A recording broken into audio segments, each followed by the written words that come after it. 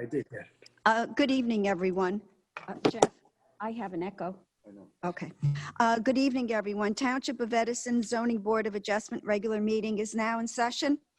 Adequate notice of this meeting as required by the Open Public Meetings Act of 1975 has been provided by the annual notice published in the Home News and Tribune on December 28, 2019, and has been posted in the main lobby of the municipal complex on January 5, 2020. Please join me in the Pledge of Allegiance to the flag and then remain standing, please.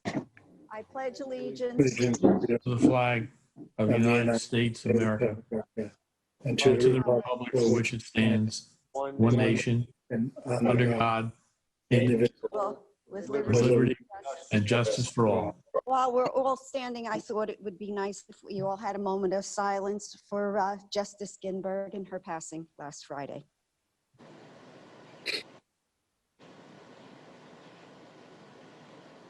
Thank you. Roll call, please, Cassandra. Mr. Ayotte? Here. Ms. Shaw? Mr. Bignell? Here. Mr. Carley? Yeah. Mr. Beatty? Here. Mr. Patel? Here. Mr. Taglianetti? Present. Mr. Mansouri?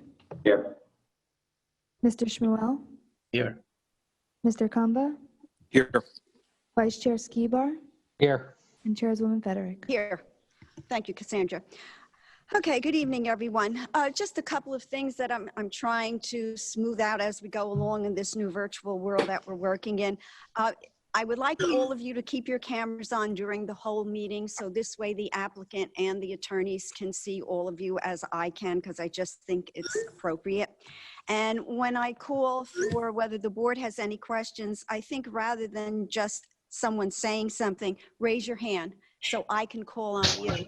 Thereby, I think it makes it easier. We don't have to worry about whose voice I'm trying to recognize, and it's clearer for the record who's speaking. So, having said all that, can you, you want to give us the postponement, Cassandra, and then read the first case? We have one case that's been postponed until October 27th, 2020. That case is Z55 2019, new singular wireless AT&T, and there is new notice required for this case. I'm going to tell him I'll close the door soon. Okay.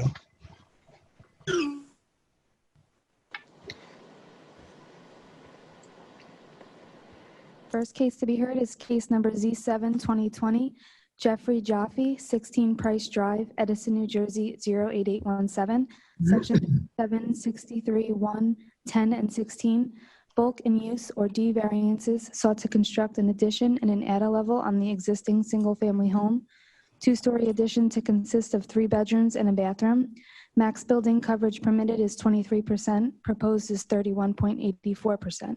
Max FAR permitted is 44%, proposed is 54.34%. Affected property is located in the RB zone, designated as Block 82M, Lot 16 on the Edison Township Tax Map. All paperwork is in order. Okay, thank you, Cassandra. Okay, Mr. Smith, I think I see you, and I see Mr. Jaffe, correct? Madam Chair, Yes, Mr. Bignell. before you start, I think Charlie needs to be upgraded to a participant. He's on now. He's on? Okay, good. Yeah. Thank you. Yeah. Good evening, Mr. Carley. How are you? All right, Chair Lady. Okay, great. All right, nice to see you. Okay, so Mr. Smith, would you like to proceed, please? Yes. Good evening, everybody. My name is Stephen Smith on behalf of Rabbi Jaffe. Hope everybody is having a nice evening. When we were last in front of you on July 21st, the board heard testimony from Rabbi Jaffe regarding his proposed addition. In addition, the board heard testimony from Rabbi Jaffe's architect, Mr. Jacob Tripasovsky, and I apologize if I say that wrong. And the board heard extensive testimony from both the architect and Rabbi Jaffe himself. At the conclusion of the meeting in July, the board instructed Rabbi Jaffe to retain the services of a planner who could provide expert planning and engineering testimony. Rabbi Jaffe has done that. He's hired the services of Mr. Angelo Valatuto, and I apologize if I'm saying that wrong. And with that, I will yield the virtual podium to Mr. Valatuto, who will walk the board through the planning issue. Valtudo. I know you've been here before many, many times. Can we have your qualifications, wait. please? And Ms. Shaw has to swear you in. Good evening. Raise your right hand. Do you solemnly swear or affirm to tell the whole truth, nothing but the truth, so help you God? Yes, I do. For the record, Angelo J. Valetudo, Valetutto, 424 Amboy Avenue in Woodbridge, registered professional engineer and registered professional planner in the state of New Jersey. Okay, thank you. We'll accept your qualifications, Mr. Valtudo. Thank you. Again, not to be repetitive, but as the board secretary indicated, we're here for planning testimony regarding the property known as 16 Price Drive in the RB zone for purposes of the lot coverage, 31.84% versus the maximum permitted in the RB zone of 23%, and a maximum FAR, which is proposed at 54.34%, and the maximum is at 44%. And for purposes of presenting the testimony for the board's consideration, it is my opinion that we qualify under what is known as the C2, in which C2 for variance of the use, which we must show 5 items. The first is that it relates to a specific piece of property, and that is the subject property, 16 Price Drive. And what it means is to test. I'm sorry? I don't know, but can you just put yourselves on mute until you're ready to speak, please? Because we're getting some feedback. Hold on a minute, please.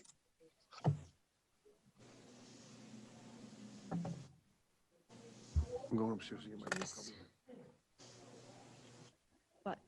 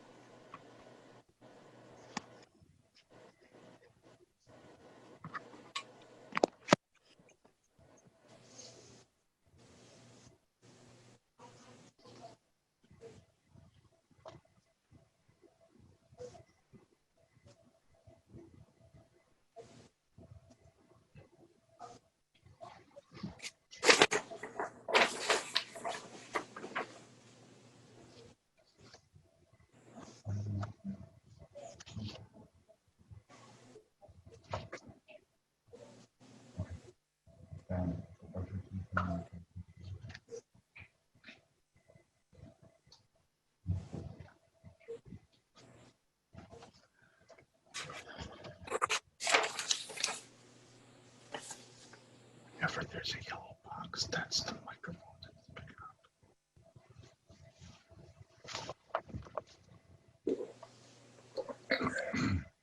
God, drinking coffee is making too much noise. The board chairman's on mute.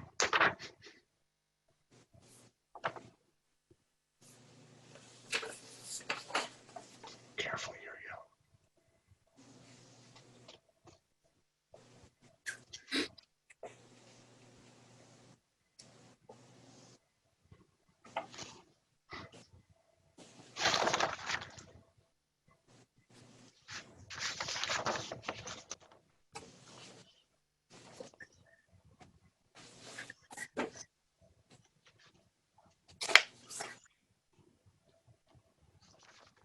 Okay, I'm sorry. Go ahead, Mr. Valtudo. Some technical difficulties in this virtual world that we're living in. No problem. Just giving the board the required reasons under C2 variance for purposes as to give them the ability to grant the variance that the applicant is seeking. The first one I indicated is specific piece of property, which means the testimony I'm providing is for 16 Price Drive and is not any testimony that can be used for any other piece of property but the one we're talking about. Number 2, that the purposes of the municipal land use law would be advanced by deviation from the zoning ordinance requirement. That, as the board is aware, is section 40:55D-2, and I'll offer up 2, number, or the letter C, to provide adequate light, air, and open space. And the reason I can present that is that the proposed addition is completely within the footprint that is permitted in the RB zone. The existing dwelling has a very small area of about 4 by 22.5 feet that is off the rear setback. That's a variance. It's an existing condition. The subject property is a full C of O, so that we offer that's something that had been approved at some earlier time. But for purposes of the addition, everything is completely within the front, side, and rear setbacks. With regard to number 3, that the variance can be granted without substantial detriment to the public good. And for that item, I turn to the development in the area. And a couple of things really stand out. And as Madam Chairwoman had indicated, I do a lot of these, not only in Edison, but the surrounding communities. This is a very well-maintained area, and there's also a lot of children. And that's evident by virtue of the fact that as I walked around to do my examination, I noticed a lot of toys in front yards and side yards. But all of the properties are very well maintained. With regard to the area within 200 feet and maybe 1 or 2 just outside of 200 feet, all on Price Drive, there are the following houses that are similar in size, both in terms of lot coverage and floor area ratio. And by addresses, all on Price Drive are numbers 10, 12, we're 16, and then directly across the street from us, numbers 15, 17, 19, 25, and 29, all of which have similar to what we are proposing. And if you look at the remaining houses, they appear to be houses that are in the same footprint that when the development was approved. And then as the owners or new owners come into Price Drive, and as I indicated, there appears to be a number of children, the need, as is the applicant's case, to provide for additional space so that he can maintain residence within the subject property. The number 4 is that the benefits of the deviation would substantially outweigh any detriment. And with regard to that, I see no detriment. What we're doing is completely within the development pattern of the neighborhood, primarily within the 200 to 300 feet of the area, including all on Price Drive, and that I see no detriment whatsoever. And then the final one, which is the big one, that the variance we are seeking substantially outweigh any detriment that is proposed by the proposal, of which I see none, and that our variance does not substantially impair the intent or purpose of the zone plan or zoning ordinance of the Township of Edison. And other than that, as Mr. Smith has indicated, there's been lengthy testimony by both the applicant as well as the architect. And I believe my sole purpose was to bring home the testimony from a planning standpoint for purposes of the board to consider the variance. All right, are you done, Mr. Valatudo? I'm done, other than if there's any questions by the board or if you open it to the public. Does the board have any questions of Mr. Valatudo? None? Okay, Mr. Smith, I'll go to you. Is there anything else you want to add before I go out to the public? Unless the applicant, Rabbi Jaffe, or the architect, Mr. Trubisovsky, has anything to add? I'd like to thank everybody for giving me a chance to present. I don't want to add, I just wanted to reiterate the 3 main points as to why we're requesting the ability to do this construction. I have a son with special needs. And that's led to limiting factors in terms of our bedrooms, and he needs space just for sharing and activities. Just the doctors and the medicines have asked him to have his own, private place. Second, as mentioned, I am a community rabbi here in Edison. For the past 12 years, I've had the privilege of serving this wonderful community, and doing this renovation at home would help give me room to provide counsel to congregants, to members of my congregation. Currently, I'm using my family room, which they're not too happy about it. My kids are not too happy about it. Just a sense of privacy for that. And the final thing is just the age of my children, as Mr. Valtudo pointed out.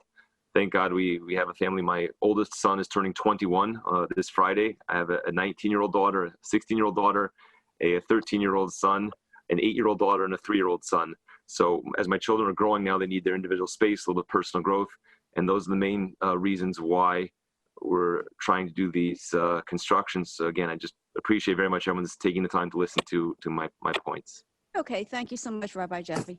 With that, I'll go out to the public. Anyone within 200 feet of the property wanting to be heard? Anyone out there, Jeff? Okay. No one, okay. Anyone outside of 200 feet of the property wanting to be heard? There being none, I'll close the case and go to the board, please, for a motion. Mr. Skibar.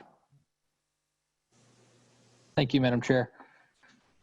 First, I would like to just mention that I do think that this is a considerable amount above the allowable FAR, but in light of the unique circumstances and to the benefit that I think it would benefit you and your family, I will make a motion to approve. Do I have a second? Madam Chair, Yes, Mr. I second the motion, Panetti. with Okay. also saying that it is consistent with the other homes in the area. Roll call, please, Cassandra. Mr. Patel, Yes on the motion. Mr. Taglianetti, Yes on the motion. Mr. Mansouri, Yes on the motion. Mr. Shmuel. Oh, I'm sorry, Mr. Shmuel recused himself. Oh, he's recused? Yeah. Okay. Mr. Kamba, Yes on the motion. Vice Chair Skibar, Yes on the motion. and Chairwoman Federick. Yes on the motion. Okay, thank you, gentlemen. Mr. Smith, Rabbi Jaffe, and Mr. Valtudo. Good evening, and Thank you. go build your addition. Thank you. Thank you very much. Can I ask a question on the board? Would it be possible to proceed with the permit application? Obviously, with the final permit approval would be contingent on the memorialization.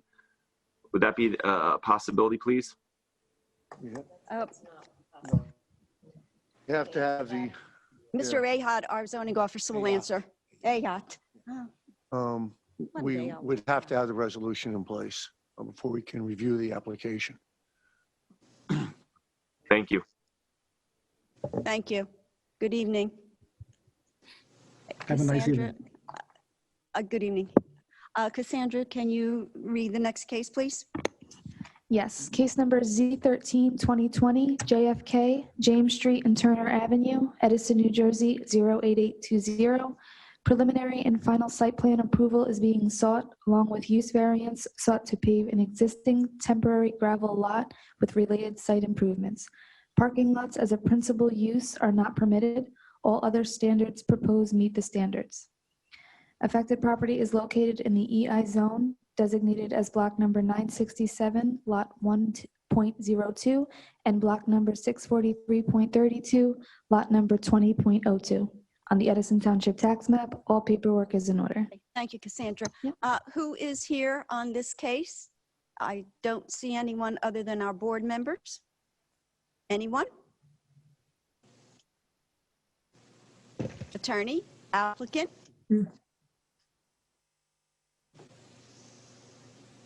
Madam Chair, they are as attendees. I can see them as attendees, not panelists. Wendy Berger? Yeah, Okay. she's an attendee. I don't see any of that. Well, it's up there, but I can't read it because it's too far away. Yeah. Get her up there and then I'll see. Yeah, Lou Zugner is there. Wendy Berger's there. Okay, who was this? Who was the first person you mentioned, Mr. Carley?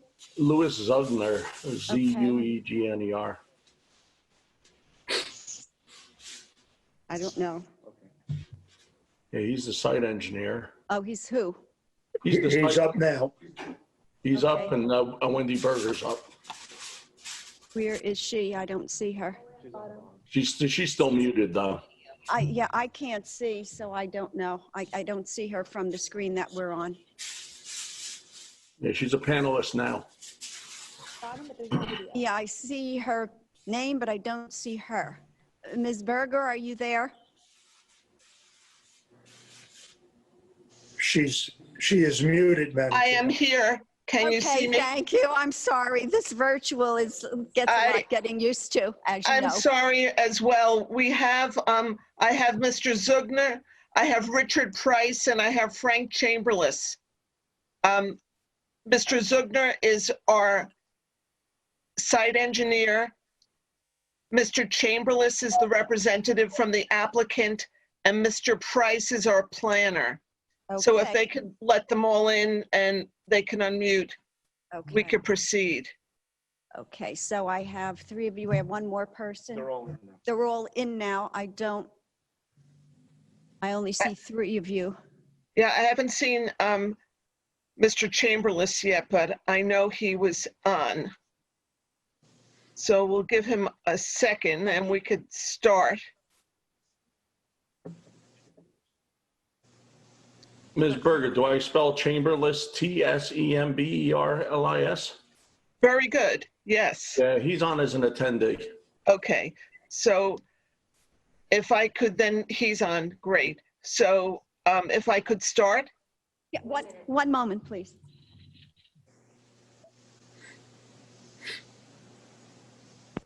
Yes, Ms. Berger, you're aware of the fact that our attorney does need a transcript of this evening's case?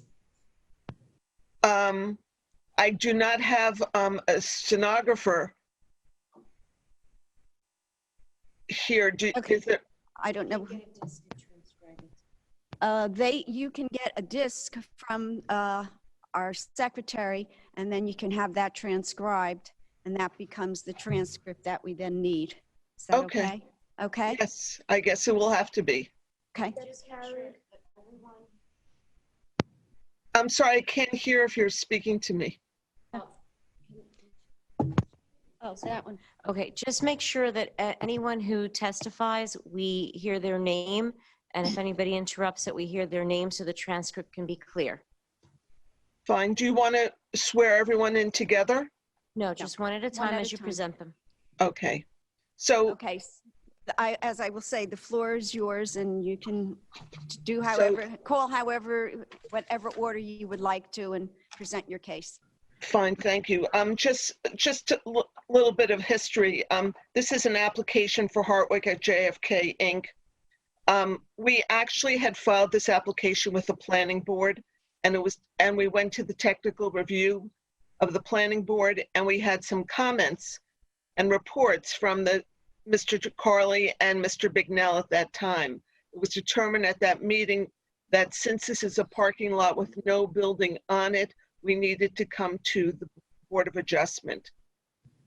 Even though it's a hospital campus parking lot, we still had to come to the Board of Adjustment. So that is why this application was transferred here. And I guess we had a little bit of the benefit because we had those reports from the planning board, and based upon those reports, my engineer was able to revise certain documents and provide documents that were required by Mr. Bignell and Mr. Carley previously. So he did that at that time. And we have. Madam Chair. I'm sorry. Yes, Mr. Bignell? They may have submitted reports or plans, but we use the old plan because it hasn't been 10 days before. They tried submitting them through the internet. We don't accept plans that way. They have to go through the administrative officer as paper copies. So right, we didn't. That's not what I'm saying. I'm saying because we had comments originally, we did make revisions back in June. All those plans were submitted. We submitted plans, and I just wanted to be clear on what we submitted to the board since we're not in person. So that was My plan, the last one we looked at was July 26th. Is that the plan you're talking? yes, yes, yes. That's fine. Okay, so And Mr. Zugner will tell us if there's anything different, but I wanted to make sure the board is clear that we've had plans, we've had a stormwater management report, an operation and maintenance manual, construction logistic report, and woodlands management plan. So there's a group of plans that were, I don't have a woodland management plan. well, it was June 8th, 2020 submitted to the town In paper or in? in paper. Because I got an email last week with a set of plans on the email. I can't read them to be, that's number one. And, you know, it was less than 10 days, so. Mr. Carley, did you get that report that we're speaking of, or did you not also? No, I did, as Mr. Bignell and Ms. Berger relate. I think the initial submittals for what has become this application go back to the beginning of this year. I think I'm on my third review of the site plan. So I have an inventory at the back of my report that reflects the materials that I have in my office. Okay. And I believe that's included. Yes. As was to everyone, was submitted to all the experts, which we are lucky are the same experts. Wait a minute, hold on a minute. We just had a problem. You all just disappeared from our screen. So just bear along with us for a minute. Another technical difficulty. Put it on I mute, think we're please. gonna need to clarify. Roseanne, we need to Wait, clarify. Jeff, can you put that on mute or someone, please?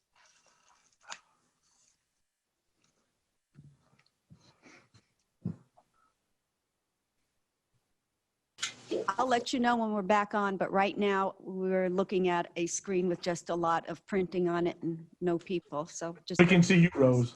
Oh, that's terrible. I'm sorry. Hey, Rose, we can see you. That's why she said that, Hank. Can't see you though. Hank smiled before, but it was a gas pain. Oh, this is getting better and better. Oh, gosh.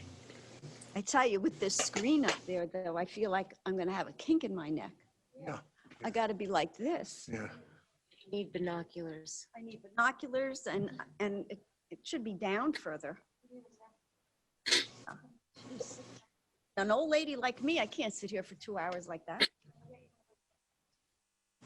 All right, we're still having problems, guys. Sorry. Getting there We're yet. getting there.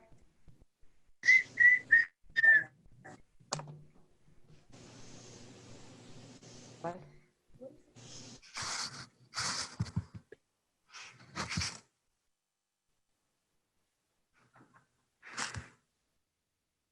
Okay, I'm going to tell you.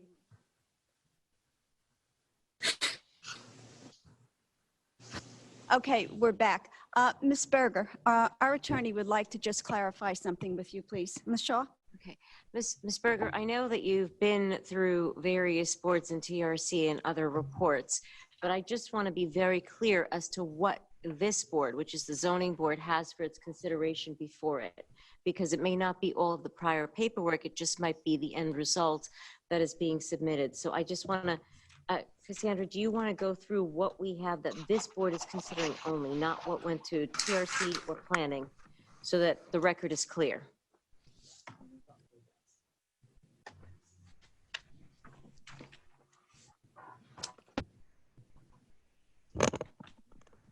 Okay, so I have a letter dated February 24th, 2020 from Cole Schultz PC. Is that to be considered in front of this board? Because I have that in my board file here, Ms. Berger. But it's not with us. It's not with this board. We It's don't not- have it. We don't have it in our packet. So I don't, where did it go? Did it go to planning or TRC? It was a TRC, and they thought Was it was it here? planning, and then. I mean, it's became- addressed to Lillian. That's So that's planning. That's So planning. that's not for this board's consideration, is it? Well, it says planning and zoning board, so. Both. Okay, Separate so then boards. this board is going to need ultimately. Madam Chair, Yes, Mr. Bignell, can you shed some maybe light? I can on help us Myself move and this Ms. on. Shaw? Yeah, this applicant appeared before TRC And at TRC, they had to determine whether or not they wanted to attach the parking lot to another piece of property on the complex of the hospital, which would make it accessory to a principal structure. I guess for financial reasons, whatever, they chose that to leave it isolated or separate from a building. And we don't allow just parking lots as a principal use on a property. So that's why the D variance was created, okay? And that's why it would switch boards between the planning and the zoning board. All right, so the only change really is that they had to amend their application for a use variance along with their site plan approval.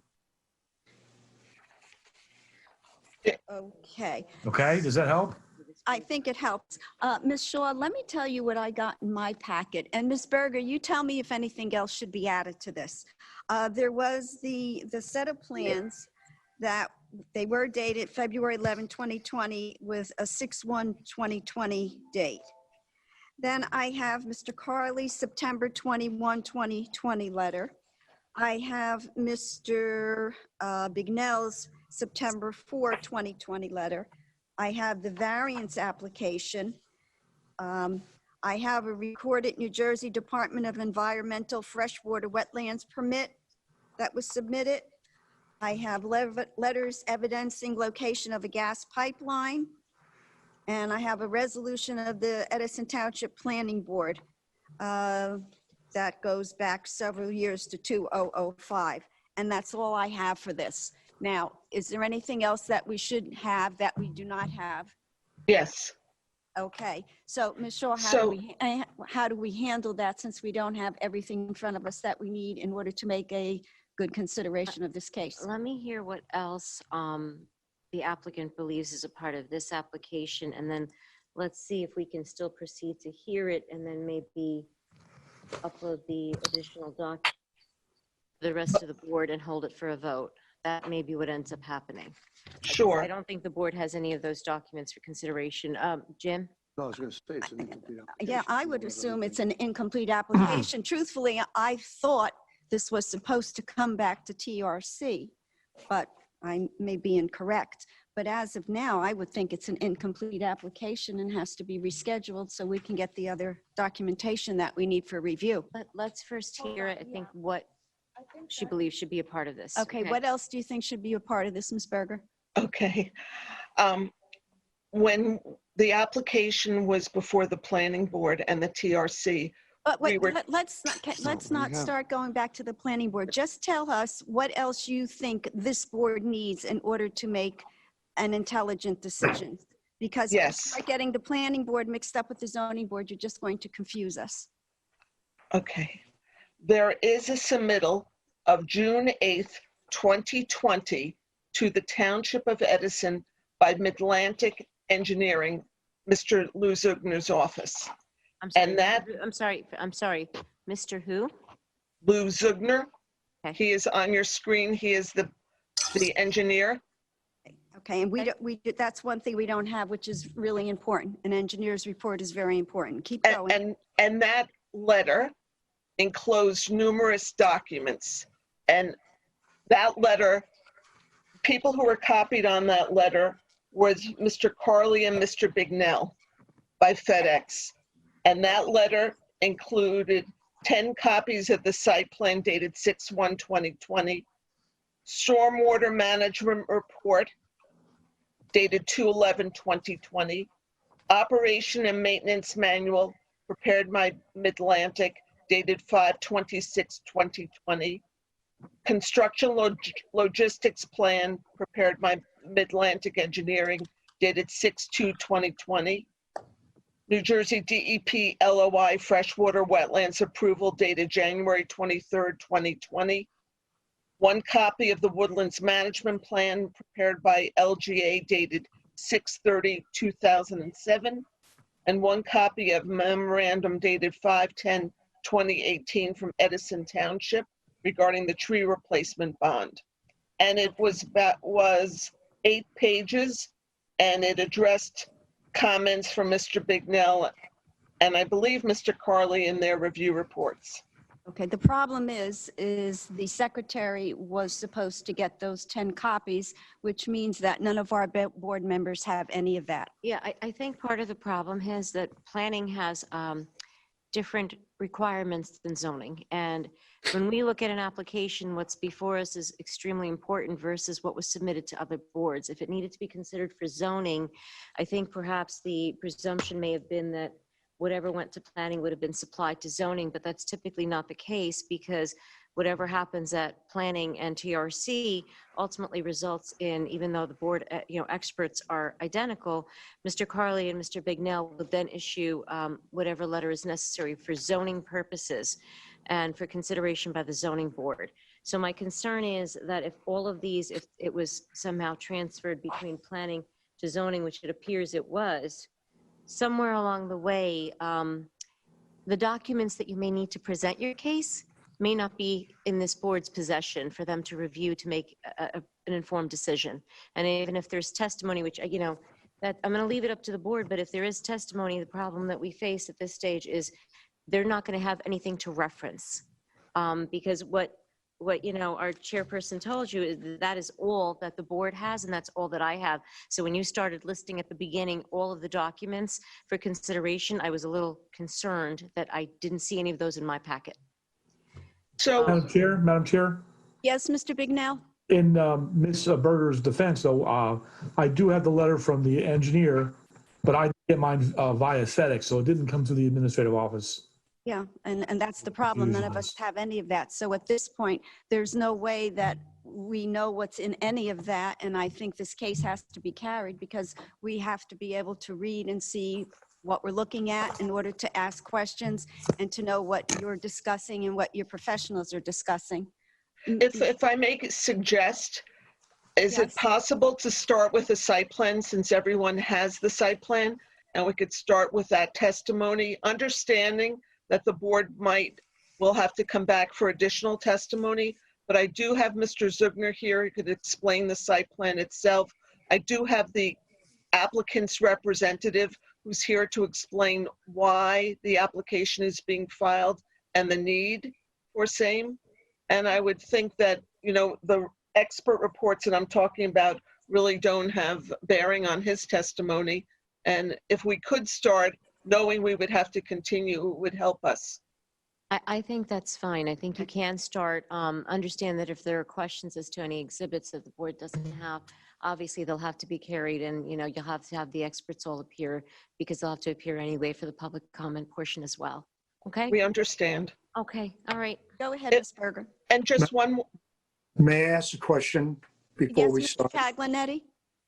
Yeah, Madam Chair, I'm looking at this application and I see two different blocks and lots and two different ownerships. And so are we going to be looking at two different ownerships and two different locations on the same application? Or does each have to be its own?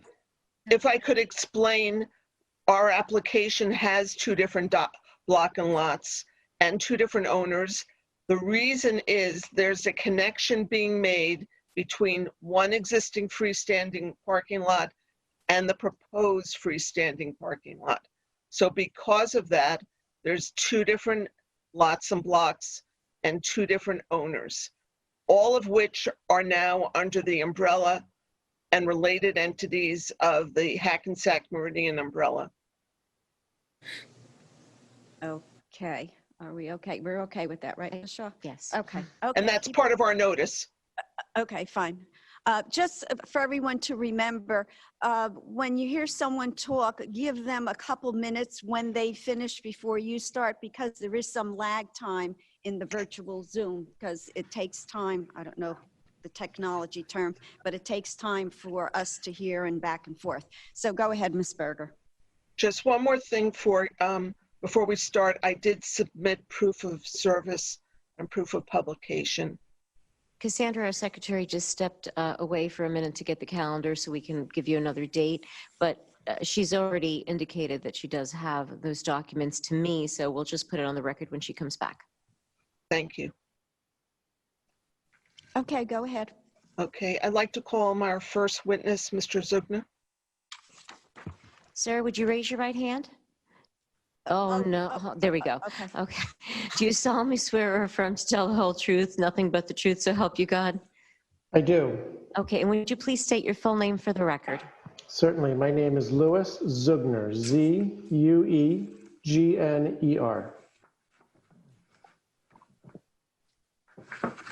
Sir, may we have some qualifications, please, for the record? I am a licensed professional engineer in the state of New Jersey. I'm a founding principal of the firm Mid-Atlantic Engineering.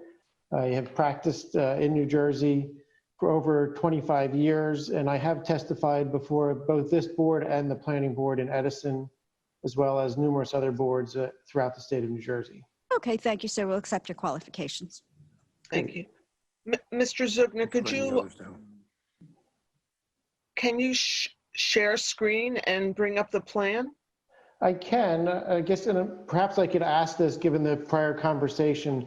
I have two colored renderings, which I would like to use. They're colored versions of the site plan. And I'm hoping that I can put those up as presentations for presentation purposes. Yeah, we'll mark them as exhibits.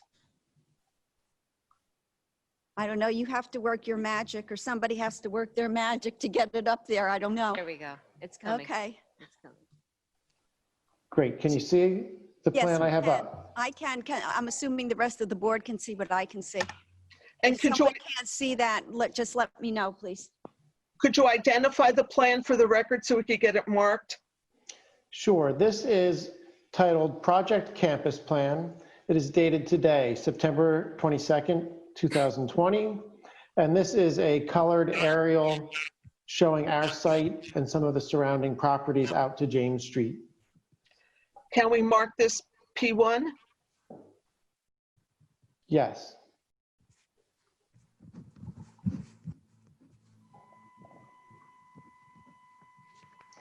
So for the board's benefit, I wanted to present this diagram to give a little bit of an understanding of where we're talking about. I'm sure everyone knows where the hospital is, but I wanted to make sure that it was clear where we were speaking in terms of a property. Oh, Mr. Zuckner, excuse me. Could you please point out where the hospital is? Is that possible? I can. Along the bottom of this plan, and I'm using the little hand on the screen, is James Street. And the main portion of the hospital is just below James Street, off of what you can see. Okay. And then other facilities and pieces throughout the campus are here north of James Street. Running up and down through the center of this plan is the service drive. And the property we're talking about, lot 1.02, is in black outline and colored in this upper right-hand corner of the plan.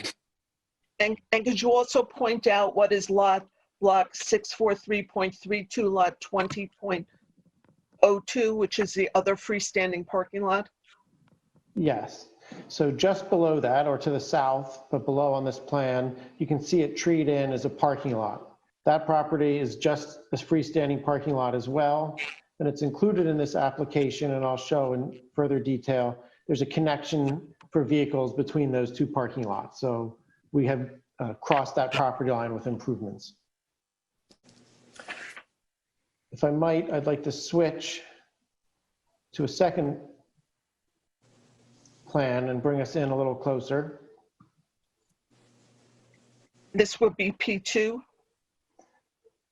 This plan is titled JFK Parking Lot Improvements. It is also dated 9/22/20. This is a plan based on what the site plan shows for layout, but it's been colored and created into a diagram and set over an aerial to give us a visual perspective of what's being proposed.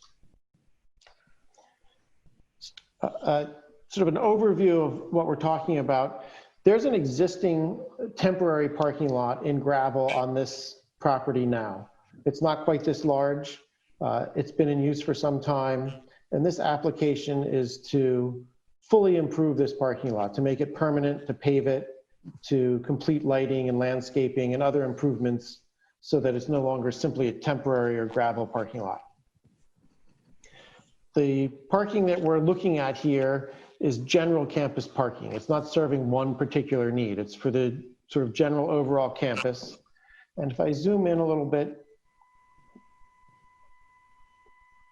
you can see in an orange color here, the parking lot. This is actually an existing structure, and that's going to remain in its same location.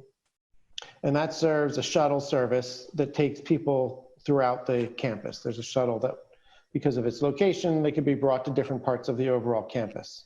Was that a bus shelter you said? It's like a little bus shelter, and the shuttle for the campus stops there to pick people up. And does it do so at the adjoining lot as well?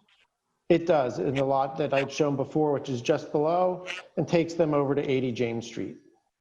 Thank you. Could you explain to the board the number of parking spaces proposed and the improvements proposed? Sure.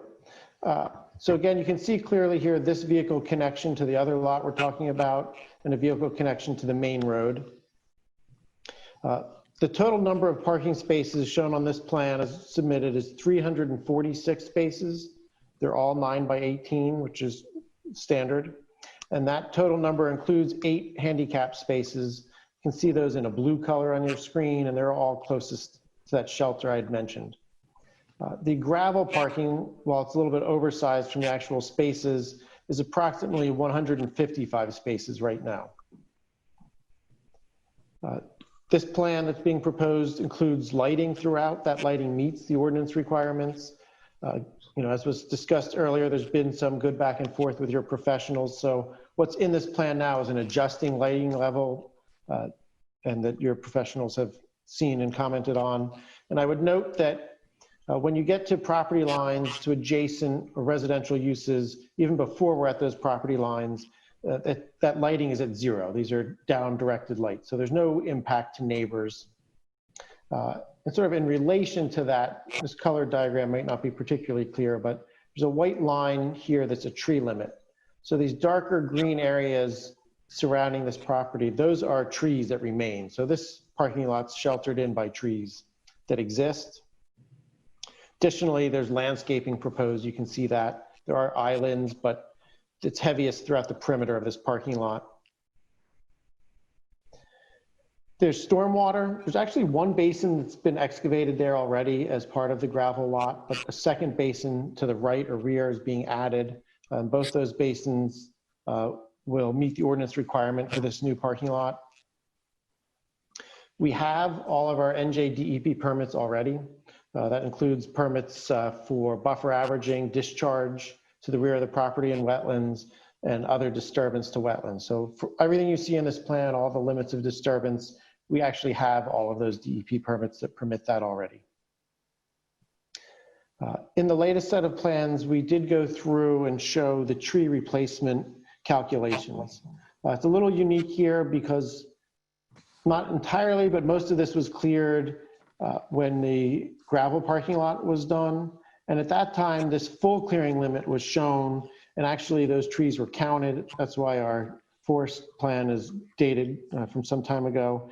And there's actually an existing bond with Edison for all of those trees. So while they had not been replanted with a gravel lot, there was a bond covering or sort of addressing the need to eventually replant those or pay for those.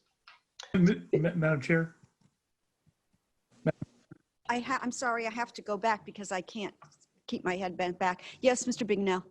Can I just ask the engineer, what date of the plans, you said you're on your revised plan, what plan are you looking at, so we know? My site plan is dated from June 1st is the date of the plan. What was the revision date? I have July 26th. Is that the plan you're looking at? One moment. Trying to flip multiple things on one screen, sorry. What I'm looking at, what was in our pack was dated 2/11/2020, and it looks like it's sealed by Mr. Zugner on 6/1/2020. I don't have anything July. Yeah, the plans I'm presenting are 6/1/20. Okay, that's fine. That's fine. And can you tell us when the tree plan was done? Because I have no problem with using the old tree plan if you were bonded for and you're going to plant the tree. Wait a minute, hold on, everybody. We have okay, go ahead. We just had a screen clip with a lot of That was me. I apologize. Oh, okay. Trying to access information from Mr. Okay, just Vignell. let me know, because I Yeah. thought maybe it's something here going wrong. Go ahead. Mr. Zucker, what's the date of the tree plan that you're referring to? So the Woodlands Management Plan that counted the trees originally was 6/30/2007. Okay, just as long as you can see a set of that plans, and you were gonna do plantings throughout the site with that, or what are you gonna do with that now? So in terms of numbers, this site plan, there's room to put 141 trees on this site, but it leaves 105 trees that would still need to be planted. And our hope would be to plant them throughout the campus as opposed to contributing money, and then work with you, create a plan to show you where on campus those remaining trees would go. And that's fine, but did you already pay into the tree fund? Because I don't know if they refund money out of the tree fund.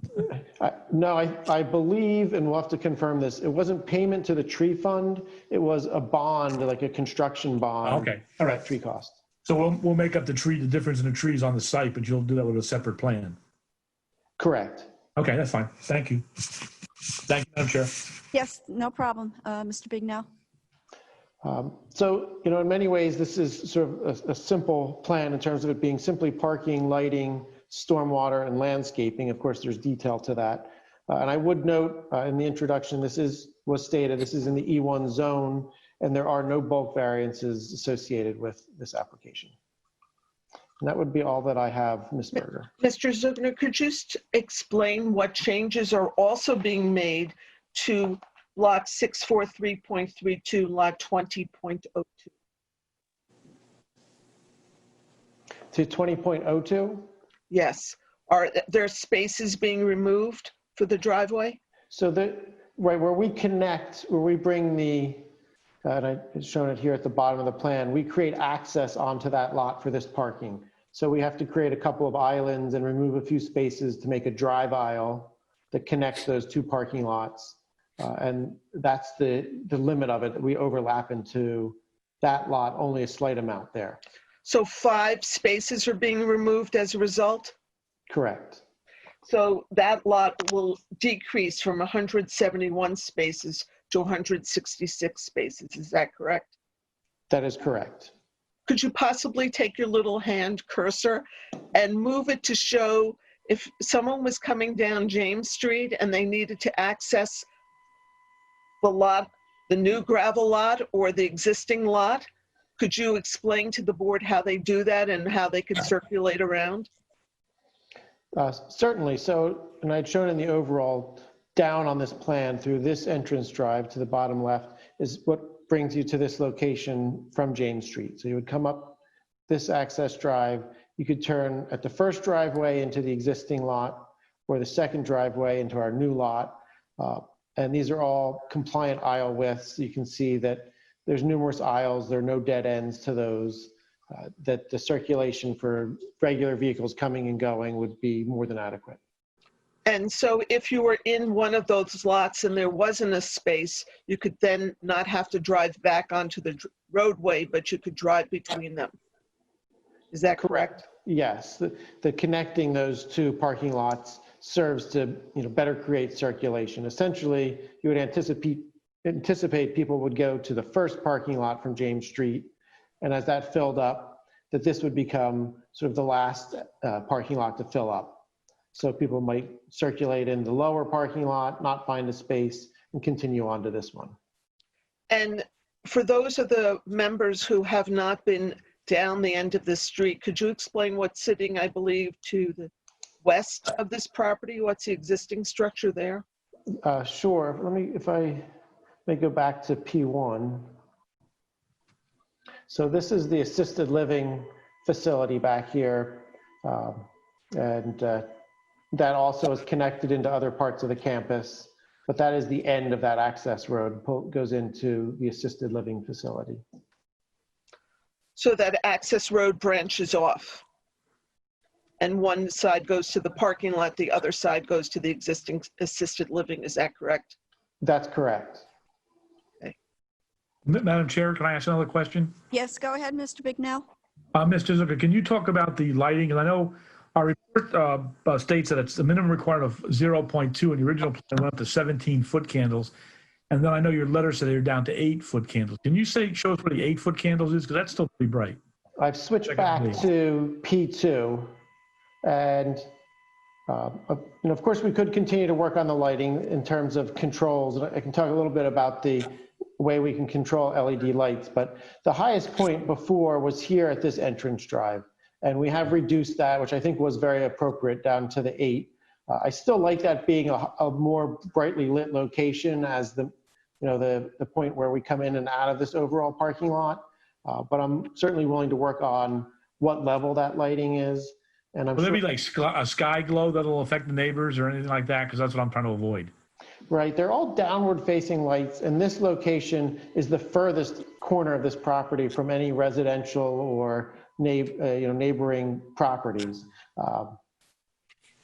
So you're saying it's not going to affect the neighbors at all? It is not going to affect neighbors. It's downward directed lighting. But it's still pretty bright at 8-foot candles. I understand it's a hospital and people go in at night and do those Right. emergency access and things like that. But I just don't want it to be intrusive. That's all. Right. What I would say is these are LED lights, and there's a tremendous amount of control we can have over these even after the fact. We specify that all of them get a little $30 controller unit. They can be adjusted both on So if there is a time, problem in the number of future, you can cells. tone it down. Correct. Okay. Thank you, Madam Chair. You're welcome, Mr. Bignell. And can these lights be on a timer, Mr. Zugner? Well, they can be on a timer, but what I was discussing a little bit with Mr. Bignell there is that the lights today are quite sophisticated. So we can power some of the poles, all of the poles, some of the time, all of the time. And even within those individual lights, they have multiple cells. So you have quite a bit of management control over how bright the lot is at different hours of the day. So more than just being on or off, we can take it from in the come and go evening and early morning hours to where it's needed fully bright. And then in the overnight hours, dim that way down to just security lighting in certain locations. Thank you. And did you receive a report from Mr. Carley to review from the Delaware Raritan Engineering, Inc., dated September 21st, 2020? I did. And could we go over that report and see if you have addressed the comments there too? We certainly can. It's my understanding, again, through several efforts with Mr. Carley, I believe our plans now address all of his concerns. There would be some items we would have to provide him prior to construction. Mr. Carley, are you there? Mr. Carley? Oh. Mr. Carley? Here I am, just unmuted. Okay, not a problem. Do you have any questions of Mr. Zigner or anything in your report that you feel they have to address? No, as I relate, I mean, there's some minor administrative issues if ultimately the board looks upon the application favorably. As I related before, this is our third review. We've been refining the plans with Mr. Zugner. Essentially, you have a parking lot out there already. It's gravel parking lot, and we'll make it more ordinary. It'll be paved, curb. And you'll have stormwater management controls, which you don't have going to the east presently. As Mr. Bignell related, there are some hot spots relative to lighting, but they're at the intersections of the driveway as it goes onto that main stem road, and also as it connects into the adjacent parking lot. When you go to the broader field of the parking lot, you have more ordinary lighting levels, 1-foot candle, 2-foot candle. So I'm comfortable with the site plan as it's evolved. All the arrangements, parallel, perpendicular, the aisle widths are standard, the parking spaces are standard, et cetera, et cetera. So as long as the applicant represents that they'll address the remaining comments with this office and the township engineer when the time comes for it, I'm fine and dandy. Fine, thank you, Mr. Carley. And for the record, the applicant is willing to do so. Okay, thank you. As long as we're on it, Mr. Bignell, do you have any other inputs or any other questions for Mr. Zigner? Madam Chair, they basically answered all our questions. We had asked about deeds and things like that, but I guess they're just going to maintain the ownership as is. They're not going to combine anything on the property. That is correct, because Okay. they're owned by different entities. We And cannot that's why do the so. use variance, that's why the use Yes. variance popped up. Okay. Correct. And then the other thing is that they'll make sure that all their fees and things like that are caught up before they get signed off on. We understand that. Very good. Thank you. Thank you. Okay, thank you, Mr. Bignell. Thank you, Ms. Madam Chair. Berger. If we could at this time, either if you want to open it to the public, to Mr. Zugner. No, So- we open to the public at the very end. We Fine. don't go after each professional. Sorry. Thank you for letting me know. So I'd like to call Mr. Chamberlain now. Okay, and somebody has to do the magic to get that off of there so we can see everyone, please.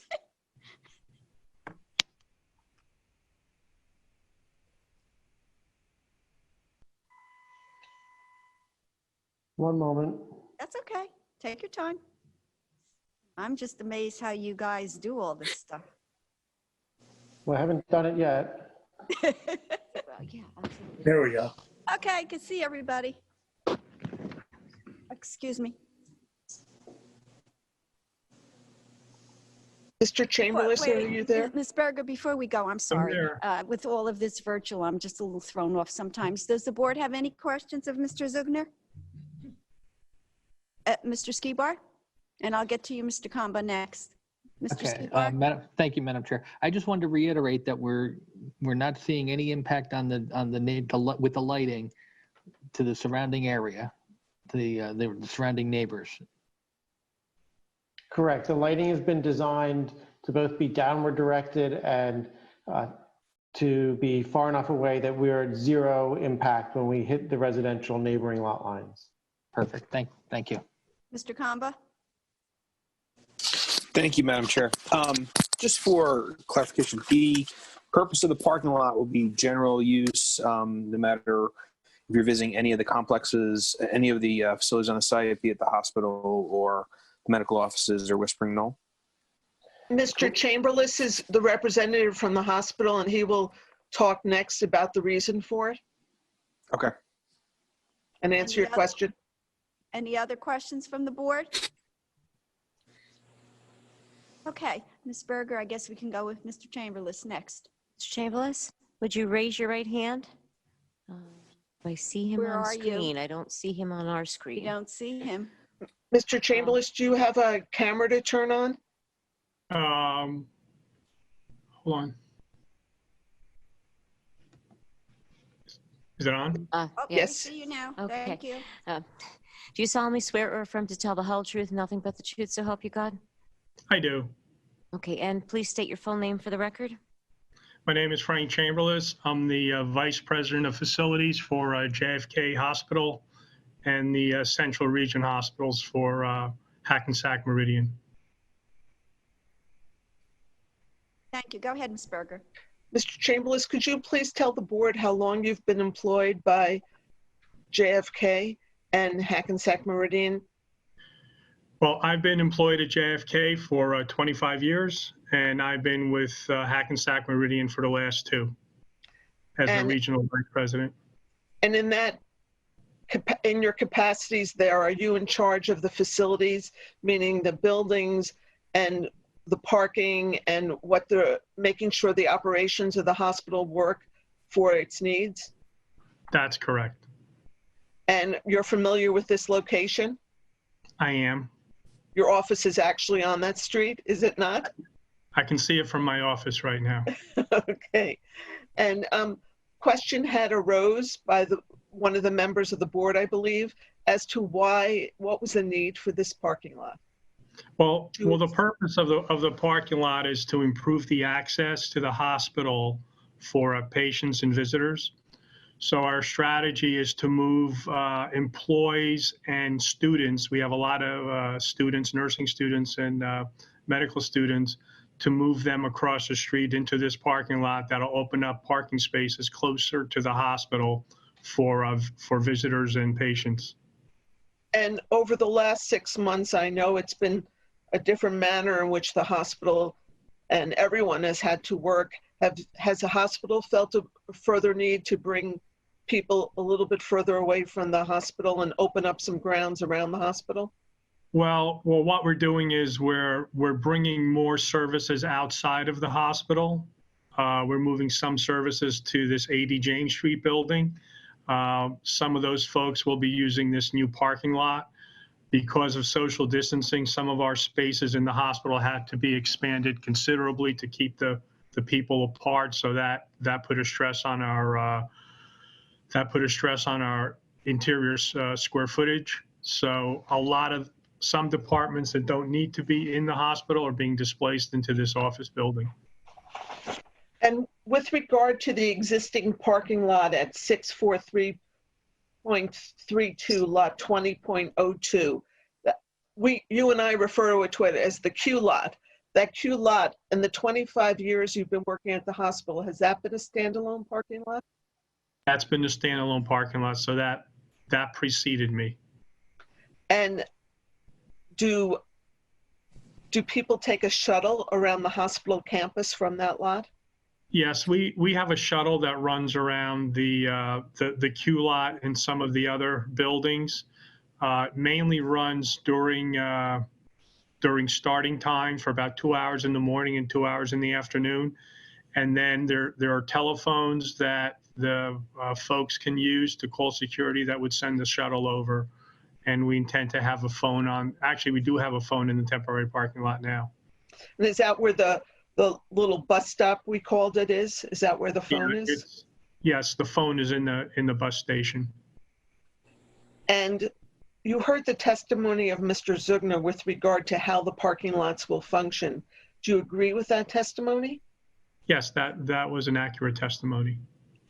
And in your opinion, is there a need for this parking lot to fulfill the needs of the hospital and to function properly?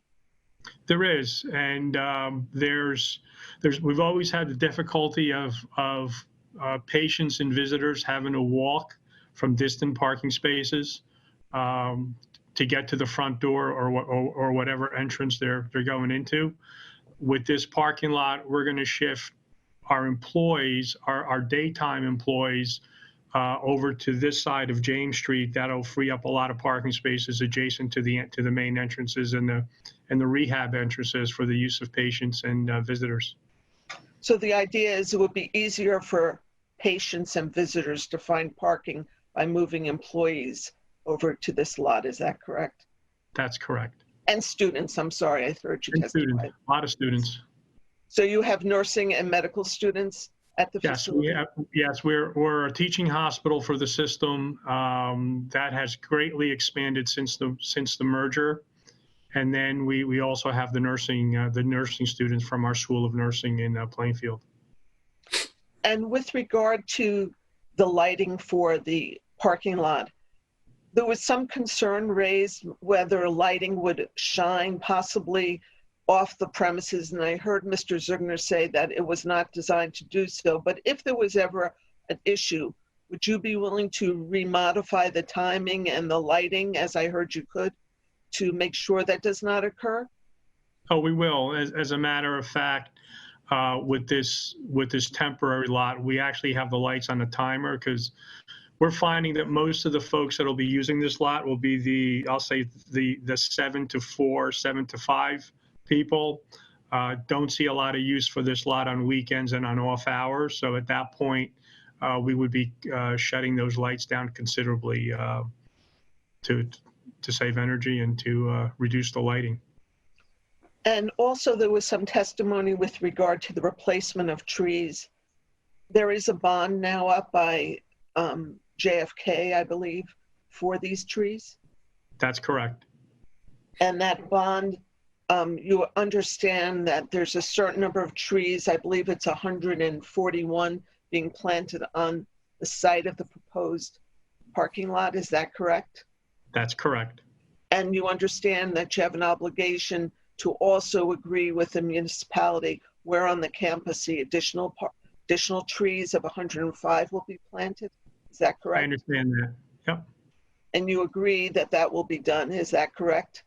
Yeah, we will work with Mr. Zigner's office and of course the township to find appropriate locations for the balance of the trees. I have no further questions of Mr. Chamberlain. Does the board have any questions for Mr. Chamberlain? Can I get a full screen, please? Any board members have a question? None. Okay. No, Oh, yes, I think. I'm sorry. Yes, no, I'm Madam Chair, I sorry. had my hand up. Yeah, I'm sorry. I can't It's see okay. very well. No, You're I was following your rule. It's all good. Oh, I know. I'm sorry. Well, because my rule was a little bit better when the screen was in front of me than now that it's so many feet away from me. You think I have to social distance with the screen now, too. Go ahead, Mr. Kamba. No problem. Thank you, Madam Chair. Is there going to be any restrictions? So I know that the intent is for employees and students.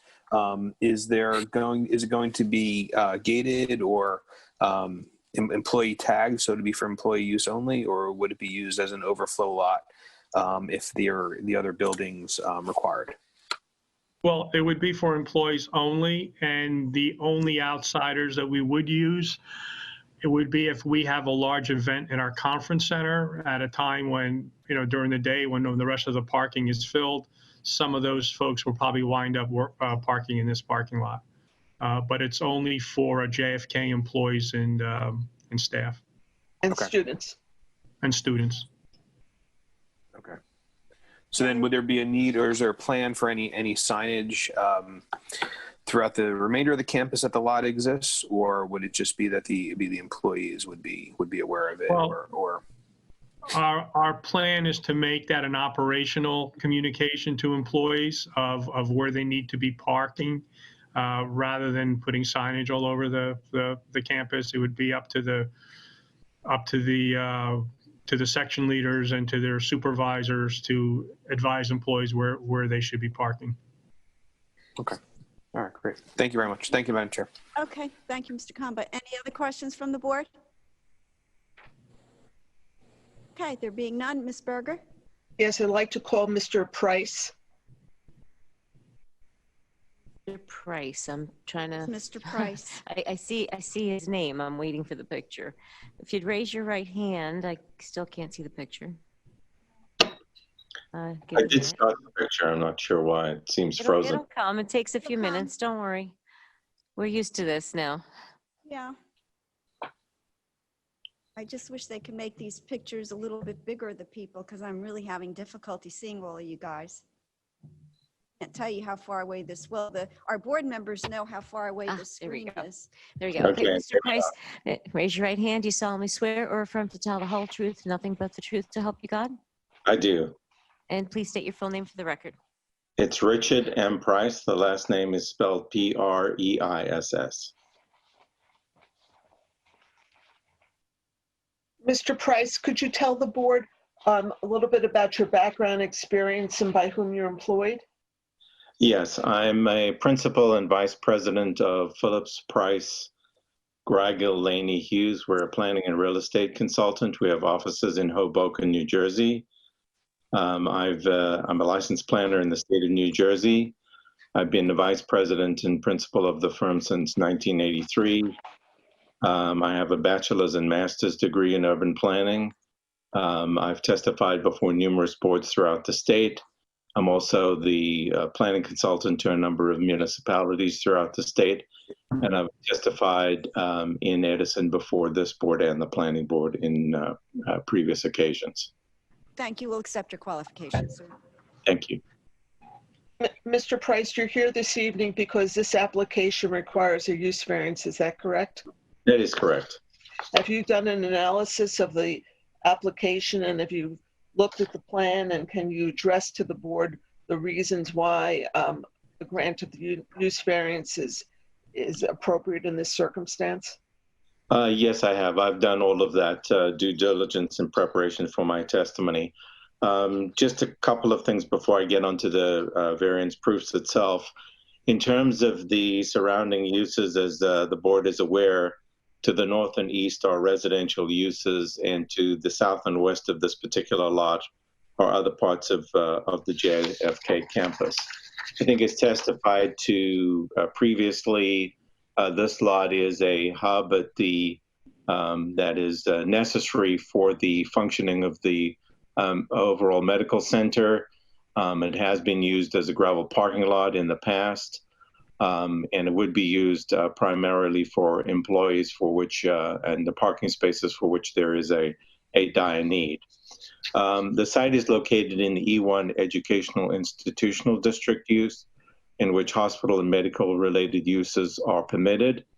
While the parking lot will be used by JFK Medical Center, because there are no buildings on the site, the parking is considered the principal use.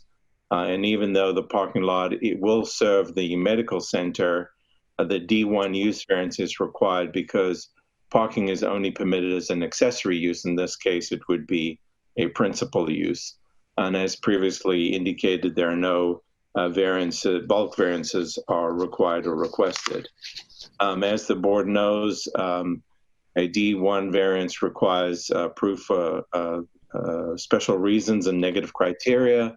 The applicant must prove that the site is suitable for the proposed use and reconcile the fact that the master plan and zoning ordinance does not permit parking as a principal use in the zone.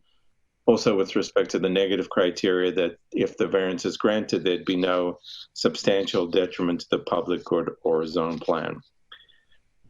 With regard to the positive criteria, the site actually was previously approved for a long-term care facility, and it has always been considered a part of the JFK Medical Center campus and also a hub of the campus. It's only accessible via an internal right-of-way within the campus that extends from James Street and is directly adjacent to the other surface parking lot that is used by the hospital. Essentially, there is actually no change in the use of this lot because it's been gravel and used for parking for a long period of time. And the proposal is to make it into a permanent parking lot.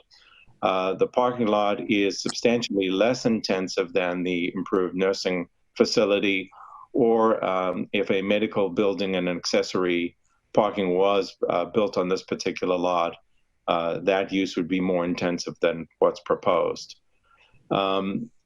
The idea here is to improve the parking lot with proper paving, curb, striping, signage, landscaping, lighting, utilities, and access, and to connect it to the adjacent parking lot.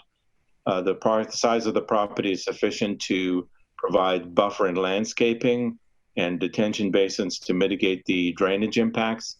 Also, the site also complies with the residential setback and impervious surface coverage requirements after the improvements.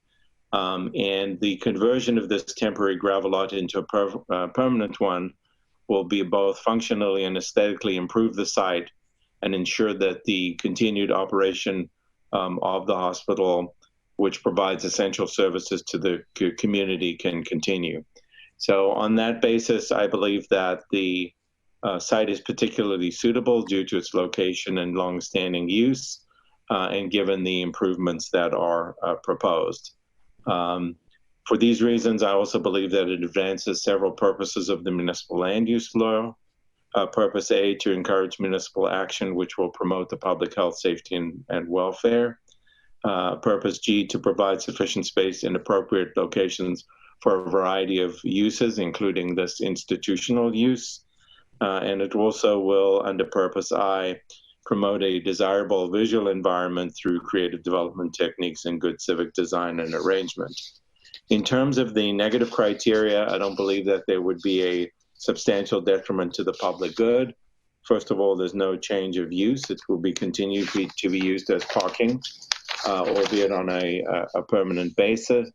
And with all of the improvements, it will be an improved situation.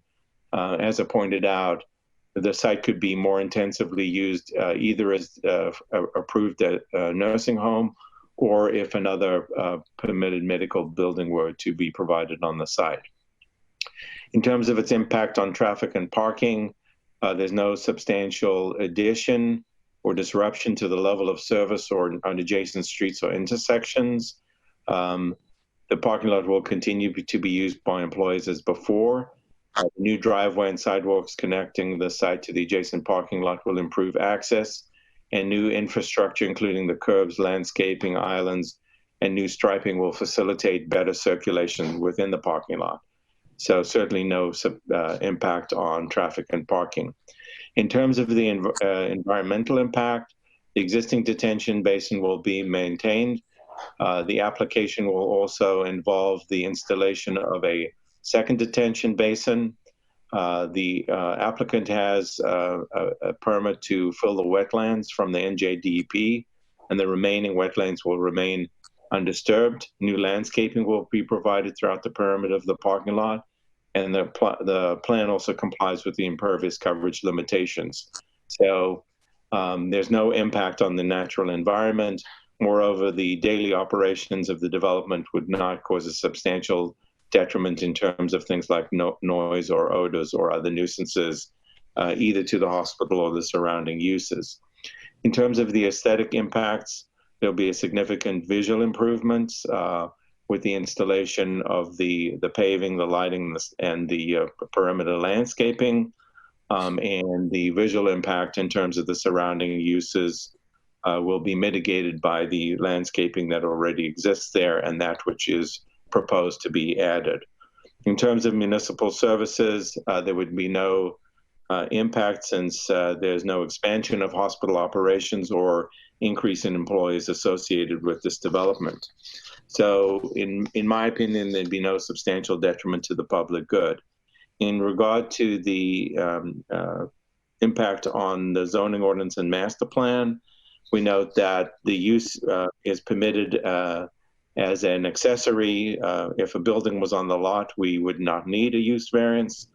So in that sense, the parking is something which is permitted under the zoning. I think the parking lot here, given the unique history and its location within the campus, is a good way for the hospital to provide the parking in a way which would have no impact on the overall plan. The 2003 master plan and updates recommends that the property be used for educational institutional uses. So the parking lot in this location is consistent with that. The 2003 master plan and their 2011 reexamination have goals of preserving the existing character of neighborhoods and encouraging development that is consistent with established land use patterns.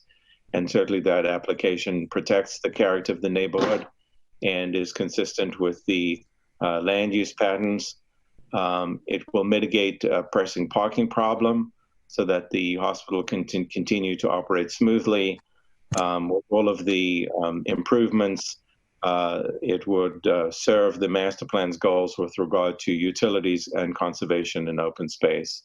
So in my opinion, this particular application can be approved since it would have no detriment to the master plan or zoning ordinance. Thank you. I have no further questions of Mr. Price. Mr. Bignell? Mr. Bignell? Yes. Okay. With what's been said already this evening, has your report been complied with? Do you have anything to add? Do you have any questions? No, I have no more questions, and they've answered the ones that I did have. And I have, there's no more issues other than them submitting revised plans to match up with the right, and all the other like information that was mentioned that we don't have. Okay, as long as you're happy. I'm satisfied. Okay, great. Does any of the board members have any questions of Mr. Price? And give me a chance to see your hands up because you're very far away and very small. Yes, Mr. Skibar. See, I can hear me. I got a question. There was, I guess, a comment about potential future use if you were to put a building on there. Is that already a permitted use? No, the point is that this is going to be made permanently as a parking lot. My understanding is it was previously approved for a nursing home or long-term care facility. Obviously, that's not going to occur. That's just a comparison with respect to what was previously approved. And also, I just wanted to point out that If this remained vacant, we could have a more intensive use because a permitted medical building and parking could be located on the property, which would generate more traffic, more employees, more visitors. And that's not the case here because we're just utilizing it for parking for the existing employees. So in terms of its intensity, it's substantially less than both what was approved and potentially what would be possible on the property. Okay, thank you. You're welcome. Any other questions from the board? None. Okay, Ms. Berger, anyone else this evening? Thank you. Thank you, Mr. Price. No, I do not have any other witnesses this evening. Is it Okay. possible to open it to the public this evening? No, we No, don't do that. it's at this stage, it would be considered if there are those additional documents that the board must consider, then in theory, obviously, the public should have access to them as well. So it would be considered incomplete. So I don't want to risk an issue with that. I would rather, we've taken testimony and the public can be heard after those documents are made available through our administrators. I would just ask that Mr. Price really would have no need to come back to testify since the other documents are not planning reports. So I was wondering if maybe we could open it just for Mr. Price. We don't have do no way that of because knowing again, that. we don't have, and I can't predict what the public may have in terms of questions or may not have. That would be a huge risk. Okay, it's just a suggestion. So I know we're all doing it from Zoom, but I thought since we might have some of the public on, if they had questions for him. No, our regular, normal, not even to do with Zoom, is to present the entire case, all documentations, all questions from the board, then go out to the public. Understood. At the very end. So we're not changing that. That's our regular procedure, and that's what we're doing. Unfortunately, we just don't have all of the documentation this evening. So having said all of that, we'll have to get you another date where we're going to be carrying you so we can have the information. And if the board has any other questions, we'll be able to ask questions, and then we'll go out to the public. So having said that, Cassandra, when is the next available date?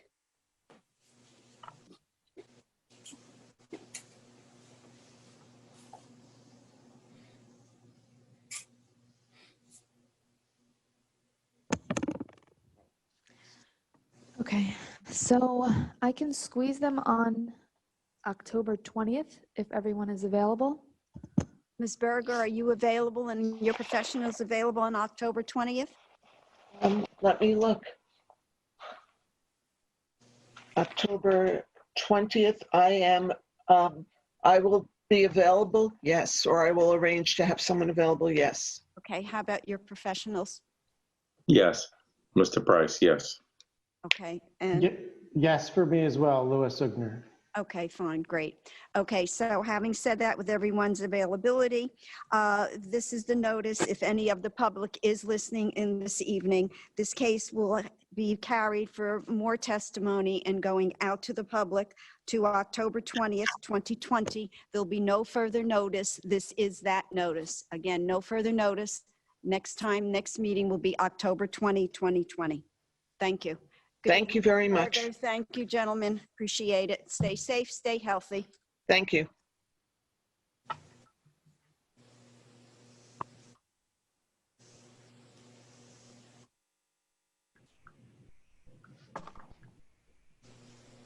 Sandra, next case, please. Yes, case number Z12, 2020, Old Post Realty / Ray Katina, 604 Old Post Road, Edison, New Jersey, 08817. Minor subdivision along with associated bulk and use or D variances for the existing structure. Maximum FAR permitted is 0.4, proposed is 0.46.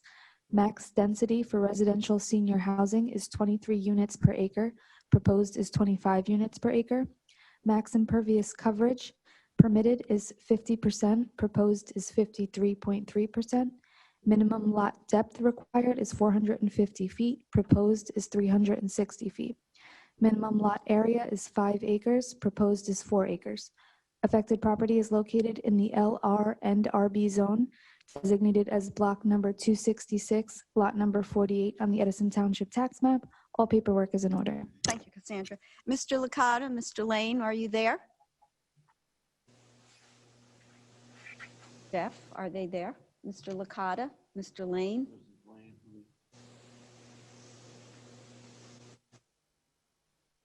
Licata, L-I-C-A-T-A. Madam Chair, I think they're in the attendees. The P. Licata has raised her As I say, raised their hand. I see scrolled names there, but I can't read them because it's so far away. Okay. Jeff is trying to get them on. Mr. Lane, are you there? Yes. Okay, good evening, sir. We're trying to get Mr. Licata up there. Is Mr. Licata there? He's there? Good evening, Madam Chair. Peter Licata, present. Mr. Licata, I don't see your face yet, but I see your name. It just kicked me out and is letting me back in. So let me start my video. I think you should have me now. Got you now. Thank you. Okay, Thank good you. evening, Mr. Licata. Good evening, Madam Chair. Board members, professionals, and staff, Peter G. Licata of the law firm of Sonnenblick, Parker, and Selvers of Freehold, New Jersey, on behalf of the applicant Old Post Realty. The primary principal of that applicant is Mr. Ray Katina, who owns the neighboring dealerships along Route 1, as you no doubt know. We're here tonight to discuss with you effectively almost 6-acre piece of property that is irregularly shaped. It's hatchet shaped, if you will. The blade of the hatchet, or most of it, is where the existing senior housing facility, Edison Woods Senior Housing, exists. That property behind that housing facility is bisected, so to speak, by a stream which separates the axe head from the handle. And Mr. Lane, who is our project engineer, will describe for you tonight our proposal to subdivide that handle from the majority of the axe head. We are not proposing any changes or expansion of the Senior Woods housing facility, nor are we proposing any improvements for this property at this time, nor are we proposing any changes or new improvements to a nearby property known as 610 Old Post Road, which Mr. Katina owns through a corporate affiliate. With that introduction, Madam Chair, if I may ask Mr. Lane to be sworn in. Sure. Mr. Lane, if you'd raise your right hand. Do you solemnly swear or affirm to tell the whole truth, nothing but the truth, so help you God? Yes. And please state your full name for the record. It's William Lane, L-A-N-E. Bill, could you give the board an overview of your qualifications? Sure. I've been with Menlo Engineering for about 35 years. I've been a licensed professional in the state of New Jersey for over 23. I've worked on numerous projects with Ray Katina and many other site plans throughout the state. I've testified in front of Edison Planning and Zoning Board and probably 80 or so other municipalities throughout the state. Okay, thank you, Mr. Lane. We'll accept your qualifications. Thank you. Thank you, Madam Chair. Bill, Sir, do you have, wait, Mr. Licata, what is Mr. Lane testifying as? he is testifying as our project engineer. Okay, thank you. Bill, do you have a video exhibit you'd like to mark? Yes. And is that an aerial of the site with the subdivision line that's proposed, superimposed on the picture? Yes. And would you be able to, through the screen sharing feature, bring that up for everyone's viewing? Your magic, Mr. Lane.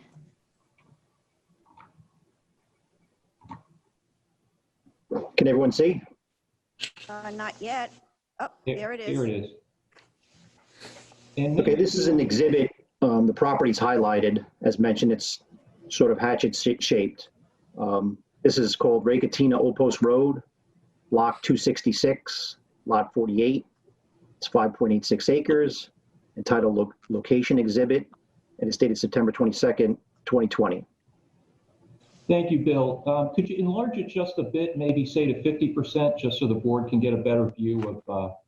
Excuse me, Mr. Licata, is this an exhibit, I'm presuming, since you said it's September 22nd, 2020 dated, you're marking it? What are you marking it as? If Cassandra would be able to give us the next exhibit number.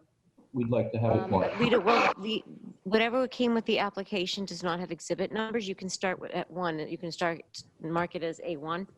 A1 would be perfect, thank you. Thank you.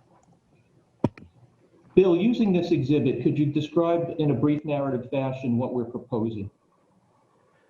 Yes, right along the northern eastern section of sort of the hatchet top part of the site is the Edison Woods apartment complex. There's 127 parking spaces along the front and both sides of the building. This fronts that Ulensis court that leads out to Route 1. You could see the blue line section is the existing stream on site. It's probably about a 12-foot ditch, so it's pretty significant out there. It really separates the property in half. What the applicant's looking to do is create this new subdivision line, where to the east, the senior housing complex will be on 4 acres, and to the west, which fronts all the way down along Old Post Road, will be 1.86 acres for future development. And that's pretty much what we're proposing. Everything that's over to the east is pretty much on the other side of the stream. To the west, which is the applicant will look to do a future site plan in the near future, is 1.86 acres. Okay. And speaking from an engineering point of view, does the functionality of the improvements of the senior housing development change in any way? Is it reduced, expanded, altered? Nothing at all, other than bulk standards for the density, but everything on site, looks, the use, the amount of parking, the number of units, that's all stayed the same. Okay. And you've had a chance to review the bulk standards for parking for that site, I believe? Yes. And could you talk about what parking is provided for that site and what's required? Yeah, I believe in the Edison ordinance, it's 1 space per unit, which is 100 units, and there's 127 spaces on site. Thank you. You've also, or have you, during your course of putting this project together, have you had a chance to look at the Mr. Catina's records for the property known as 610 Old Post Road, also known as Lot 3A in Block 266? Yes, that runs parallel with the proposed property that they're looking to subdivide off. Okay. And when or about did Mr. Catina, as your research has indicated, when did he acquire and begin use of that property? In the year of 1988, they had a survey certified to Ray Catina. Okay. And in reviewing your records and in discussing the project with the principals, do you understand they bought that property from some sort of contractor, whether it was a carpenter or some contractor like that who had been using the property for business purposes? Yeah, looking back on historic aerials, that site had the single-family house that's along Old Post Road.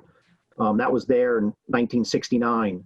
After 1969, sometime in the early 70s, I know in 1972, this commercial structure was constructed and the rear of the site was cleared. And throughout the years, you could see, they use that for storage or, part of their business along the rear there. And is it also, are you also the project architect working on the applications connected with Mr. Catina's work with the township for the redevelopment plan of his dealerships generally? Yes. Okay. And is it your understanding that if the board were to grant this subdivision application, the next step in Mr. Catina's planning would be to look at this newly created lot and the adjoining lot and come back to the board with a site plan of some kind? Yes. And that design and layout of that site plan would then seek the board's permission for any new improvements to this 1.865 proposed subdivided lot, as well as any change on lot 3A. Yes. And is it also your understanding that the factors driving that design process in large part, or if not entirely, depend on the outcome of the redevelopment plan process itself and what happens on the larger parcels? Yes. Thank you. Have you had a chance to review Mr. Carley's report? Yes, I have. Could you, just skipping the introductory sections such as descriptions and the like, could you review with the board any comments or requests for information he's noted in his report? Yeah, I mean, everything in here is, we definitely can comply with, where if this becomes a subdivision, as in 2.1, we'll get the proper addresses. In 2.2, you're going to hear some testimony, I guess, on the density and the variances that are up in front of you. 2.3, we discussed the parking and that there's adequate on site. And again, it's an existing site that has 100 units and have 127 spaces on site. Next couple are just comments. Then we go down to the permits. We have our Middlesex Planning Board permit, and any other permits that go along with the site will be, addressed during the site plan when we do improvements on the project. Thank you. Madam Chair, I have no further questions for Mr. Lane at this time. Does the board have any questions for Mr. Lane? And you're going to have to bear along with me because right now I only see 3 people, one of which is Mr. Taglinetti, who has his hand up. So go ahead, Phil. Just one question, Mr. Lane. As I look at lot 48.02, what is to the west of that lot? There are, I believe there's 3 single-family homes in a row, and then the Baptist church. And then to the north of it is that big, large PSE&G easement with the, I guess, the newly constructed overhead wires, the Raketina facility that faces Route Runs, but beyond there. Okay. All right. Thank you. Madam Chair? Yes, Mr. Bignell. I can't see you, but yes, Yeah. Mr. Bignell. Mr. Lane, can you talk about the access to this property once this subdivision is created? Well, it's probably existing access, but what they gain access from Route 1? Is that how that works? Yeah, currently I believe they have their driveway entrances out onto this Yalensi court, which is current today, and that'll be the case tomorrow, which also leads to the. Yeah, I'm sorry. My question is that an improved public right-of-way? I believe it's a private right-of-way. Yeah, so that requires that you provide some testimony for access. I know it's existing. Originally, your access would have been your frontage would be considered off of Old Post Road, so you didn't violate 40:55D, 35, and 36 of the land use law. But now that you're subdividing and creating an isolated lot with no public frontage, you have to provide some kind of testimony that says that the access here is safe for fire and emergency equipment. Now, understands because the frontage is on Old Post Road, it wasn't required in the past. There's no access from this point now, and with the subdivision, there still won't be any access. So all access comes from the Route 1 private roadway or driveway here. But this becomes an isolated lot if you create this subdivision. So you need to provide some testimony on the record that the fire and the police have you talked to them at all? You just say that nothing's going to change and we have adequate access. Yeah, I haven't received anything from them. We could definitely reach out to them. But as far as the site, whether we create this subdivision or this property just remains as is, all their access comes off of Route 1 in this Yalensi's court. That's how they have access into there. Okay. There's no access to Old Post Road. And with this big ditch ravine stream that's in there, I don't see the investment for somebody to actually make this connection across. So it almost kind of bifurcates the property itself. Yeah. Well, Madam Chair, for the boards that help, they should just require as a condition of approval that they do get a letter from the police and fire saying that they have no problems with the existing access to this property and it's safe, just to protect the board. Okay? Okay, thank Madam you, Chair? Mr. Bignell. Madam Yes, Chair, I hear you. we Okay. concur with Mr. Bignell's request, and we would seek that confirmation. And again, just Mr. Lane, the 1.865 acre portion of this property as it exists now, was it your testimony that as it currently exists, there is no vehicular access to it given the stream that separates it from Yellenix Drive and its wooded nature? Correct. And there are no improvements on it now that would be serviced by any emergency services. We wouldn't be changing any form of access that currently exists by way of the natural boundaries. Is there, Madam Chair, one more question again. Is there an easement that connects the property where the vehicles are? Next to this property, so it would be like between the arrow and the hatchet? Yeah, keep coming down with your hand. Is there down here? On the other side. Go to the other side of the cars now. Here? No, a little further up. Go up. Oh, right? here? Is there some kind of easement there? That looks like it's on the deed, and there was a gentleman I spoke to in City Hall last week that said that that was part of a prior approval that granted like emergency access to the adult housing. Is that the case? Is that a true fact, or? I don't believe there is, because again, this ditch is 12 feet deep. You'd have to build a significant bridge or culvert across this thing, because it's got to be some pretty good slocum. Do you have a copy of the subdivision plan that you can put up on the board? Yes.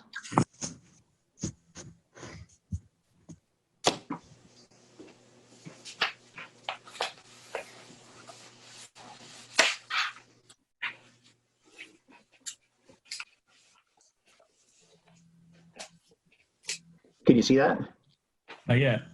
Not yet. We have the same as before.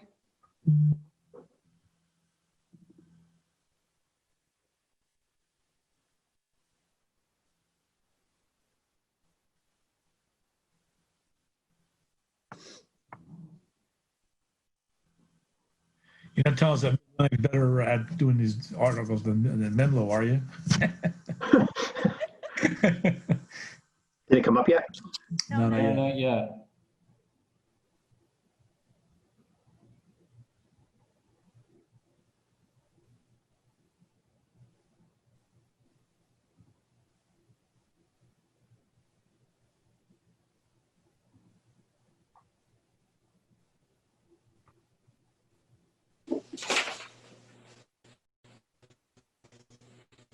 Okay.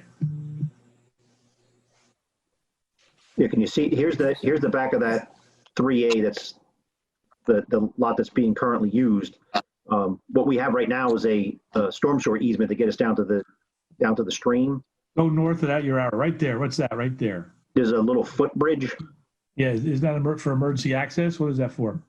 That was just for them to cross the stream to get over to, an area just to, I guess, to hang out, because it's a footbridge. It doesn't even look like it's been maintained lately. Okay, so that was never for emergency access, or just access for pedestrians? Yeah, because back over here, this is all wood, so even if someone was to, you couldn't even access with a vehicle at the moment. Okay, but it was never created so that you get emergency access there, right? Yeah, no, I mean, I guess you could have if you drove down 3A to get back to here and come across the bridge. But like I said, this bridge doesn't even look as being maintained. It's kind of like falling apart. Yeah.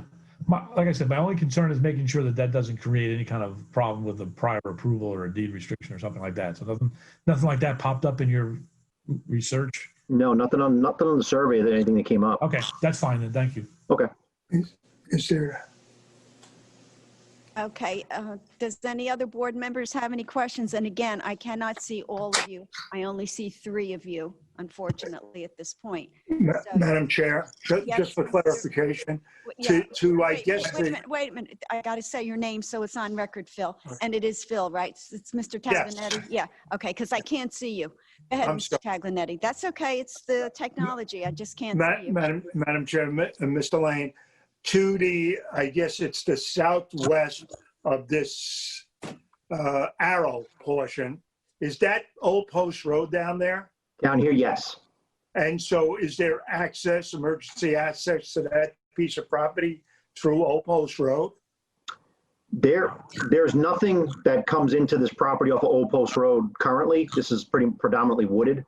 There's access into the existing lot that they own next door to this single family house, and then the commercial building in the rear. All righty, thank you. Board members have any other questions? Again, I can't see you. So unfortunately, you can't raise your hand, so you're going to have to speak this time. I'm sorry. Any other questions of Mr. Lane? None? Okay, Mr. Licata. Thank you, Madam Chair. We also have with us Robert Gallagher, who's Chief Operating Officer of Ray Cattina Motor Car. I know his internet has been cutting in and out, but I think he's on the line with us. Bob, are you there? Gallagher, Jeff, is he there? Gallagher? There's a Bob G as an attendee. That should be him. Okay, we're switching him over. Great.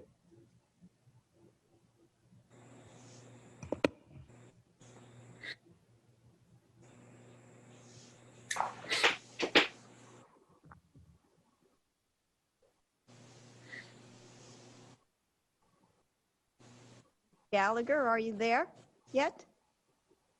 I think he's muted. Gallagher, if you can hear me, unmute yourself, please. I think his video's not on. I'm going to text him to see if he can unmute himself. Okay. And Thank also you. his camera too, maybe. I don't I know. think he's on only by phone, given the extent of his connection.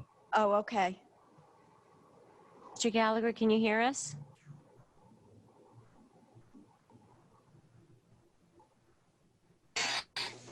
I don't think we have him, but I wouldn't venture to say his testimony was going to be of the greatest importance. But since he was here, I didn't want him to feel left out. He's texting me. He says, "Can you hear me? I think they need to turn me on their side." Do we know that his microphone is unmuted from the? No, he's muted. He's got to unmute himself on the lower left-hand corner. Right.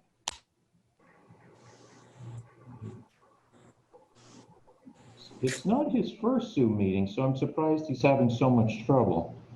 Unmute yourself from lower left corner. Let's see if that does it.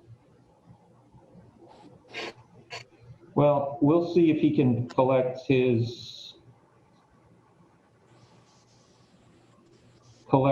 In the meantime, I'd like to call Allison Coffin, who is our professional planner. Allison? I'm sorry, what was the name again, Mr. Licata? Allison Coffin, last name spelled Coffin, like the box. Oh, yes, we know her. Yeah. Are you there, Ms. Coffin? Yep, there she is. Would you raise your right hand? Do you solemnly swear or affirm to tell the whole truth, nothing but the truth, so help you God? Yes, I do. And please state your full name for the record. Hi, my name is Allison Coffin, Coffin. Thank you, Allison. Could you remind the board of your qualifications? Sure. I'm a licensed professional planner in the state of New Jersey. I've had my license for 17 years now. I'm also certified by the American Institute of Certified Planners. In the 17 years since I've been licensed and certified, I've appeared as an expert in front of more than 90 communities throughout the state. I have appeared in front of this board previously. It will Thank accept you. your qualifications. Thank you. Thank you. Thank you, Madam Chair. Allison, could you share with the board what you reviewed in preparation for your testimony tonight? Oh, sure. I read the professional reports. I looked at the plans. We discussed it as a team, and I visited the site, looked at the zoning ordinance. I familiarized myself with the master plan. Thank you. Could you share with the board the impressions and conclusions and analysis that you've gathered? Sure. The property that we're looking at tonight is an enormously irregularly shaped, split-zoned 5.865 acre lot with frontage on Old Post Road. Now, the eastern portion of the lot is developed with a 3-story multifamily apartments, the senior apartments, which sit on approximately 4 acres, with approximately 2 acres of the lot being essentially cut off from those improvements by the stream, which cuts through the middle of the property. Now, access to this building is via Yalensi's Court, a private road that extends to Route 1. The development itself has no access out to Old Post Road through the remainder of the site, as again, access through this lot is cut off by the stream. The applicant proposes to subdivide the lot into 2 new lots by way of a new lot line that runs roughly parallel to the stream. No construction or physical alterations to the site is proposed at this time. However, if the board approves the subdivision, the applicant advises that it plans on returning to the board with a site plan application incorporating both this lot and neighboring lot 3A, which is owned by a corporate affiliate. The site is split between the LR residential zone and the RB district. Proposed lot 48.01 is within the LR residential zone entirely and will contain the apartment building, which is a permitted use in that zone. Proposed lot 48.02 is primarily within the RB zone, has a little bit in the LR zone, but no use of this lot is proposed at this time. The applicant requires relief from Section 35 of the Municipal Land Use Law, which requires that lots front on a public street, and the MLUL lays out the criteria for this relief. Relief can be granted by the board when enforcement would entail practical difficulty or unnecessary hardship, or where the circumstances of the case do not require the building or structure to be related to a street. Then you may if those conditions are met, the board may vary the application of section 35 and direct the issuance of a permit subject to the conditions that will provide adequate access for firefighting equipment, ambulances, and other emergency vehicles necessary for the protection of health and safety. The relief that's being requested for this application can be granted by the board. In this case, the circumstances do not require that this new lot, lot 48.01, which contains the existing senior apartments, have direct frontage on a public right-of-way. Access is currently provided by way of the private road. No change to this access results as from the subdivision, and the existing private road provides adequate access to the senior apartments for firefighting equipment, ambulances, and other emergency vehicles. Now, lot 48.01 also requires variances that result from the reduction in lot size containing the existing apartment use. Though no physical alteration or expansion to the apartments are proposed, the reduction in the lot size results in a need for a variance for FAR.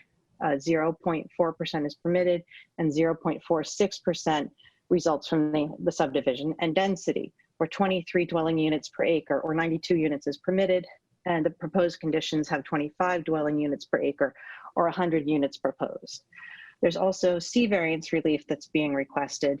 The lot area of 5 acres was required and 4 acres is proposed, although I'm not certain that this relief is required. The section of the ordinance 3715.4 reads, for the height, area, and yard requirements specified in this schedule, section 3763, except as otherwise specified in this section. That's for the bulk requirements for the LR zone. The bulk chart does show a minimum lot area of 5 acres, but there's another section of your ordinance, section 37-151C1, and that provides a minimum lot area of 3 acres for multifamily dwellings and apartment houses in the LR zone. Well, I'll defer to Hank. It does appear that we meet the 3-acre requirement for this use in that zone. There's also a lot depth variance being requested, where 450 feet is required and 360 feet is proposed. So it's I'm satisfied with the 3 acres, though. Okay, Sorry, excellent. I didn't hear you, Mr. Bignell. Yeah, I'm satisfied with the 3 acres. Okay. Thank you. Okay, so the only C variance we need then is for lot depth. So it's my opinion that special reasons exist to support the requested FAR and density variances and the lot depth variance, positive reasons existing for that, and neither variance would result in any detriment to the general welfare. Now, floor area ratio is a planning tool which is commonly employed for limiting the intensity of a use of a property, similar to density or bulk building size. In the Randolph Town Center Associates versus the Township of Randolph case, the court outlined the types of proofs necessary for granting an FAR variance. The court determined that an FAR variance, though it is a D variance, is distinct from a D1 variance for a prohibited use. The applicant for an FAR variance does not need to demonstrate particular suitability, as with a D1 variance, as the use itself in this case is permitted. More appropriately, the positive reasons that need to be presented to the board for an FAR variance involves the ability of the site to accommodate the problems that may be associated with the higher intensity of development. In this instance, there's no physical change to the site. The FAR is changed, it technically results from the reduction in lot size rather than any increase in floor area, as there's no new floor area proposed. This lot is unique in that the area that's currently developed is functionally cut off from the remainder of the site by that stream. The site at present accommodates the use properly, even though only a portion of the lot is used. There is conforming parking, and all setbacks and coverage limitations are met.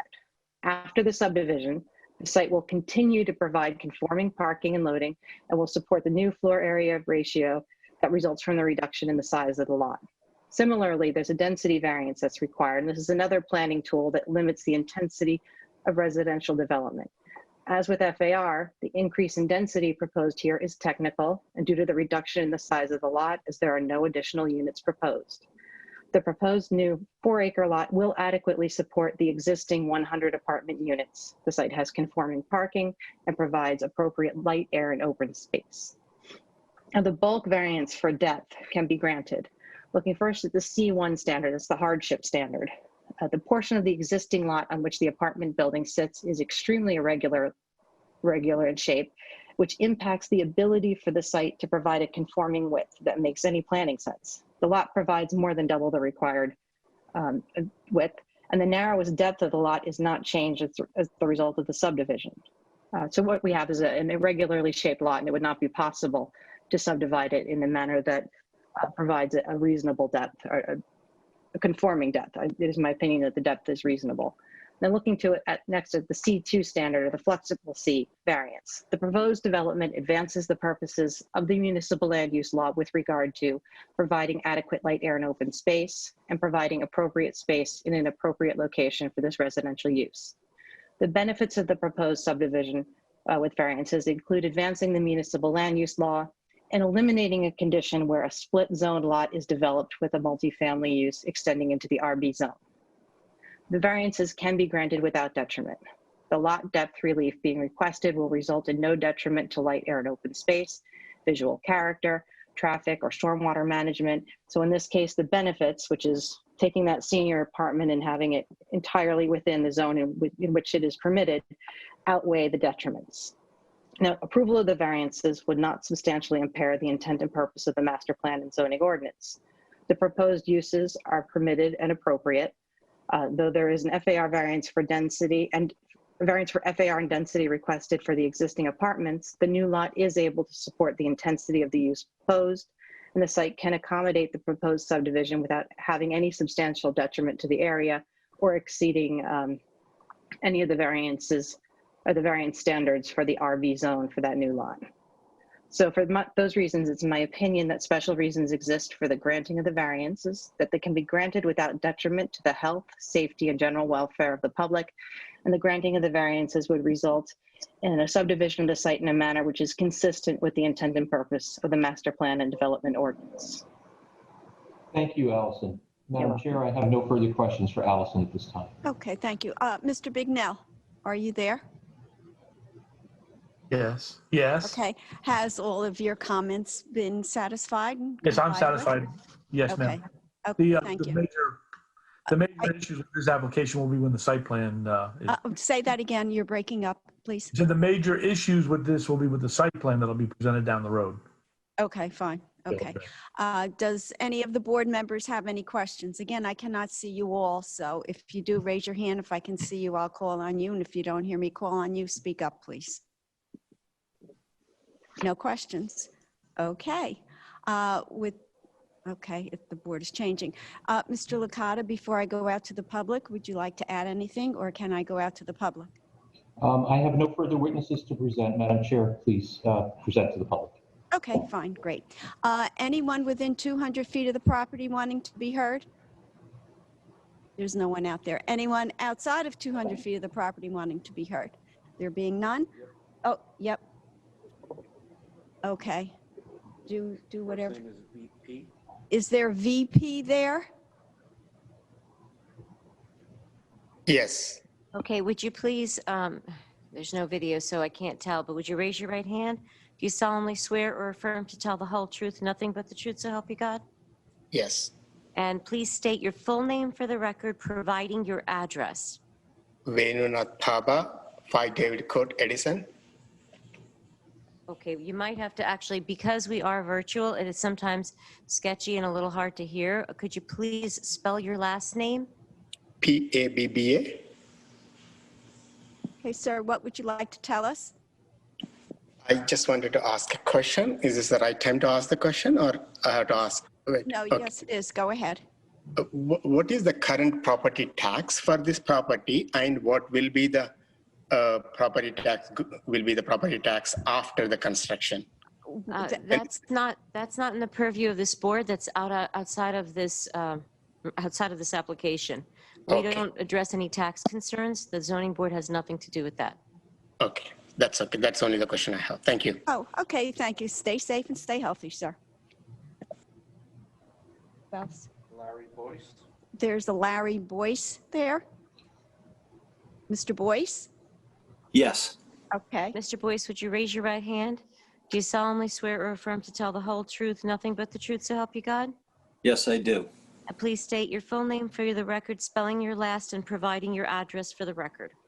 My name's Lawrence Boyce. I live at 607 Old Post Road, Edison. I have concerns about the ingress and egress, I believe, was deeded to that senior apartment complex where that footbridge is, and that came all the way out to Old Post Road. They actually had it as a mulched path, and obviously it fell in disrepair over the years. And I have some concerns over that because I know at the time when they built that, there was no property for a fire lane between that senior building and that creek, and that's why they had to have that footbridge across, the one that you say has not been maintained in many years. Okay, can Mr. Bignell, can you address that, or can the planner address that, or someone address that at this Well, point? Madam Chair, that's the reason why I asked the question. I believe it was Mr. Boyce that came to City Hall the other day and we chatted. That's why I asked if it's a deed restriction or not. I guess that the only way you can enforce something like that would be a deed. Mr. Bignell, we lost you. Your mouth was moving, but we couldn't hear you. I'm sorry. So you're going to have to repeat it. Okay. This is getting to be a side I joke. Go ahead. believe Mr. Boyce was at City Hall last week when we discussed this issue, and that's why I asked the questions of the engineer before, if there was any deed restrictions or anything that would require that deed restriction be I don't know, altered or whatever. But that's why I asked if there was any kind of easements or anything of that nature. I mean, they're changing an approval. They're probably changing an existing or prior approval. So I don't know how you I don't know if the board has jurisdiction to do that or not, if that was part of the original site plan. Madam Chair, may I add some information that may be helpful? Sure, go ahead, Mr. Licata. I would certainly stipulate on behalf of the applicant to review and provide to Mr. Bignell and the board professionals the title search for the property to confirm whether there has been any recorded deed of easement for that access purpose. And certainly I would further stipulate that if there is a prior approval which requires an easement which has not been properly documented and recorded, we would have to take notice of that, and the affected property owner or property owners would have a continuing duty to attend to that responsibility. So we're not. My concern is not so much an easement because it was your property, so it wouldn't be an easement to you, but it might have been a condition of approval to allow that path. Or do you have any kind of original plans that were any conditions of approval that required it? That's exactly what it was. It was a requirement for them to build that.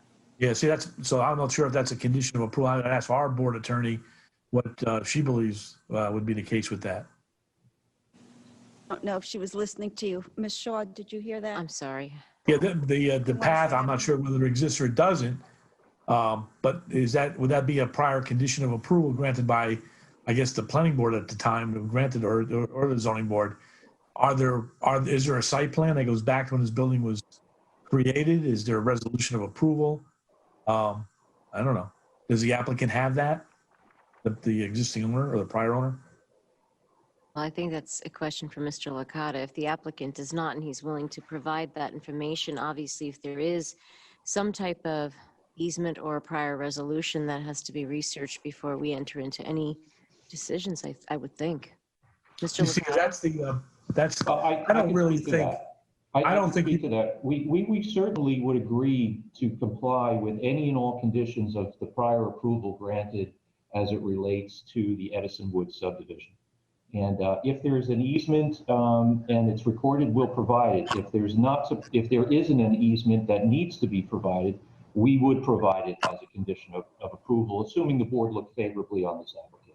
Yeah, I personally, I don't believe you need the pathway, the residents to walk up the Old Post Road through the woods. But if it was an emergency situation and they're not using it and the fire and the police are satisfied with the existing situation, they need to tell us that. That's all my concern would be. And then that would be in relationship to 40:55D, 35 and 36. Okay, so I don't know how that was originally approved, that those variances weren't granted originally because you had frontage on a right of way. But the access has been let go for years and years and they're not even using it, I'm sure they wouldn't fight a fire that way. And I just want somebody else a little higher authority to tell us that that's okay. That's all I'm looking for. And I'm Yeah, sure the board, I mean, Same the way. board can certainly consider the application the way it stands, but, you know, to have a complete application, perhaps they need to at least see the history so that if they do accept the fact that fire and emergency vehicles or fire and emergency are satisfied, then they can obviously change that, right? Is that what you're saying, Mr. Bignell? Yeah, I don't think. I don't believe if it's just for pedestrian access. I really don't think they need that. Quite frankly, they're not using it at all now anyway. And for emergency, if the emergency is coming off of Route 1 and the police and fire are satisfied, that would solve that problem. But I understand what Mr. Boyce is saying, that if that was a condition of the prior approval, what was the condition for, and how is it being maintained, or was it maintained, or what's the circumstances surrounding it? Right, So, because it wasn't maintained does not mean that it doesn't exist. no, I'm not saying that. I'm just saying, is it needed at this point? Right, No and one's using it. It's not really needed. And for you to be able to vote on something like this at this point without all of the pertinent information, I don't see where you can move forward on this at this moment. I'm not saying it won't be moving forward. I'm just saying right now, I don't see how you can vote on this subdivision without all the information due at this time. Well, Madam Chair, if I may, I would propose that you could, because we would stipulate as a condition of any approval to ensure that there's adequate access for fire and safety and other emergency purposes services to the satisfaction of the board and the town's professionals as a condition of this approval. For that and also for the fire letter, I think. Also, Correct. we said that would be a condition of approval if we so approved. Ms. Shaw, I'm assuming you have any input that? No, I would agree with Mr. Licata. That's exactly the direction we're headed. Okay. Anything else, Mr. Boyce? No, that's all I have. Thank you so much, sir. Please stay safe and healthy. Thank you. Good evening. Anyone else outside of 200 feet of the property wanting to be heard? Okay, there's no one else out there. That being said, one more? Okay, who? Is there a Brian DeCapley? Brian?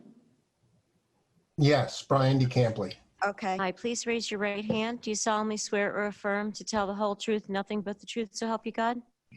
Yes, I do. And would you please state your full name, spell your last name, and provide your address? Yes, it's Brian DeCampley, DICAMPLI. I'm at 603A Old Post Road, Edison. Okay, sir, what would you like to tell us or ask us? My question is, at this point of requesting the subdivision, does the board give any consideration of what the future use of this subdivided lot would be? Is there any consideration given to that? And I asked that because I'm concerned about the traffic now that obviously this property will be used and the access will be from Old Post Road.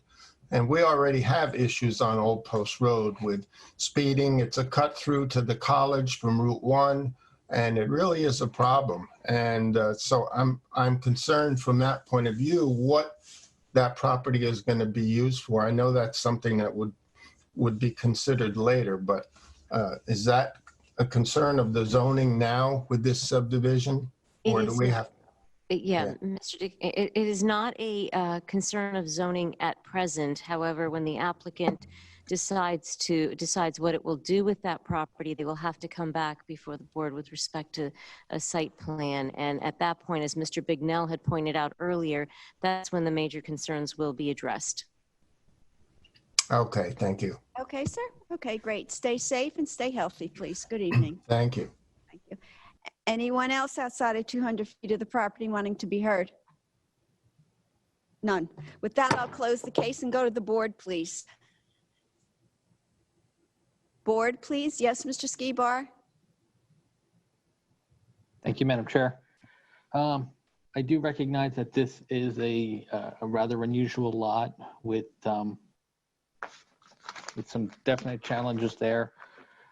But I think that the approval of this application is warranted. There is no change to the condition, the existing conditions or use. And I see no detriments in granting this application. Okay, before I ask for a second, I will put the approvals of record. It's going to be conditioned upon the fact that the applicant get a letter from the fire department with regard to no problem with the existing access to the property, and also doing some title search work and with regard to easements, and if that there is any prior approval, that they will meet all conditions of prior approval. Is that correct, Mr. Licata? That is correct, Madam Chair. Okay, thank Fire you. and police, fire and police. Fire and police, I'm sorry. Okay, having added that, do I have a second? Someone second? Second. Yes, Mr. Talgonetti, second. Madam Chair, I'll second the motion. Okay, thank you. Cassandra, roll call, please. Mr. Patel, Yes on the motion. Mr. Taglianetti, Yes on the motion. Mr. Mansouri, Yes on the motion. Mr. Shmuel, Yes on the motion. Mr. Kamba, Yes on the motion. Vice Chair Skibar, Yes on the motion. and Chairwoman Federick. Yes on the motion. Thank you, Mr. Licata. Good evening, Ms. Coffin. Please stay safe and healthy, and I guess we'll see you on Zoom somewhere down the line. Thank you, Madam Chair. Thank We you. appreciate it. And Mr. Gallagher sends his apologies for his technical difficulties. That's not a problem. Believe me, how well we know. Thank you. You weren't on the first 10 minutes that we went on late because we were having technical difficulties. Understood. Thank you very much. Thank you. Good evening. Good evening. Okay, Cassandra, resolutions, please. Yes, there are 2 resolutions to be adopted. First one is case number Z4 2020, Prashant Patel granted. And the second one is Z46 2015, T-Mobile for an amendment has been granted. Motion to approve. Okay, do I have a second? Second. Cassandra, you haven't been here. We're doing a roll call since you can't tell that everybody says aye. So we're doing a roll call for now. Yes, please. Okay. Mr. Patel, Yes. Mr. Taglianetti, Yes. Mr. Mansouri, Yes. Mr. Shmuel, Yes. Mr. Kamba, Yes. Vice Chair Skibar, Yes. and Chairwoman Federick. Yes.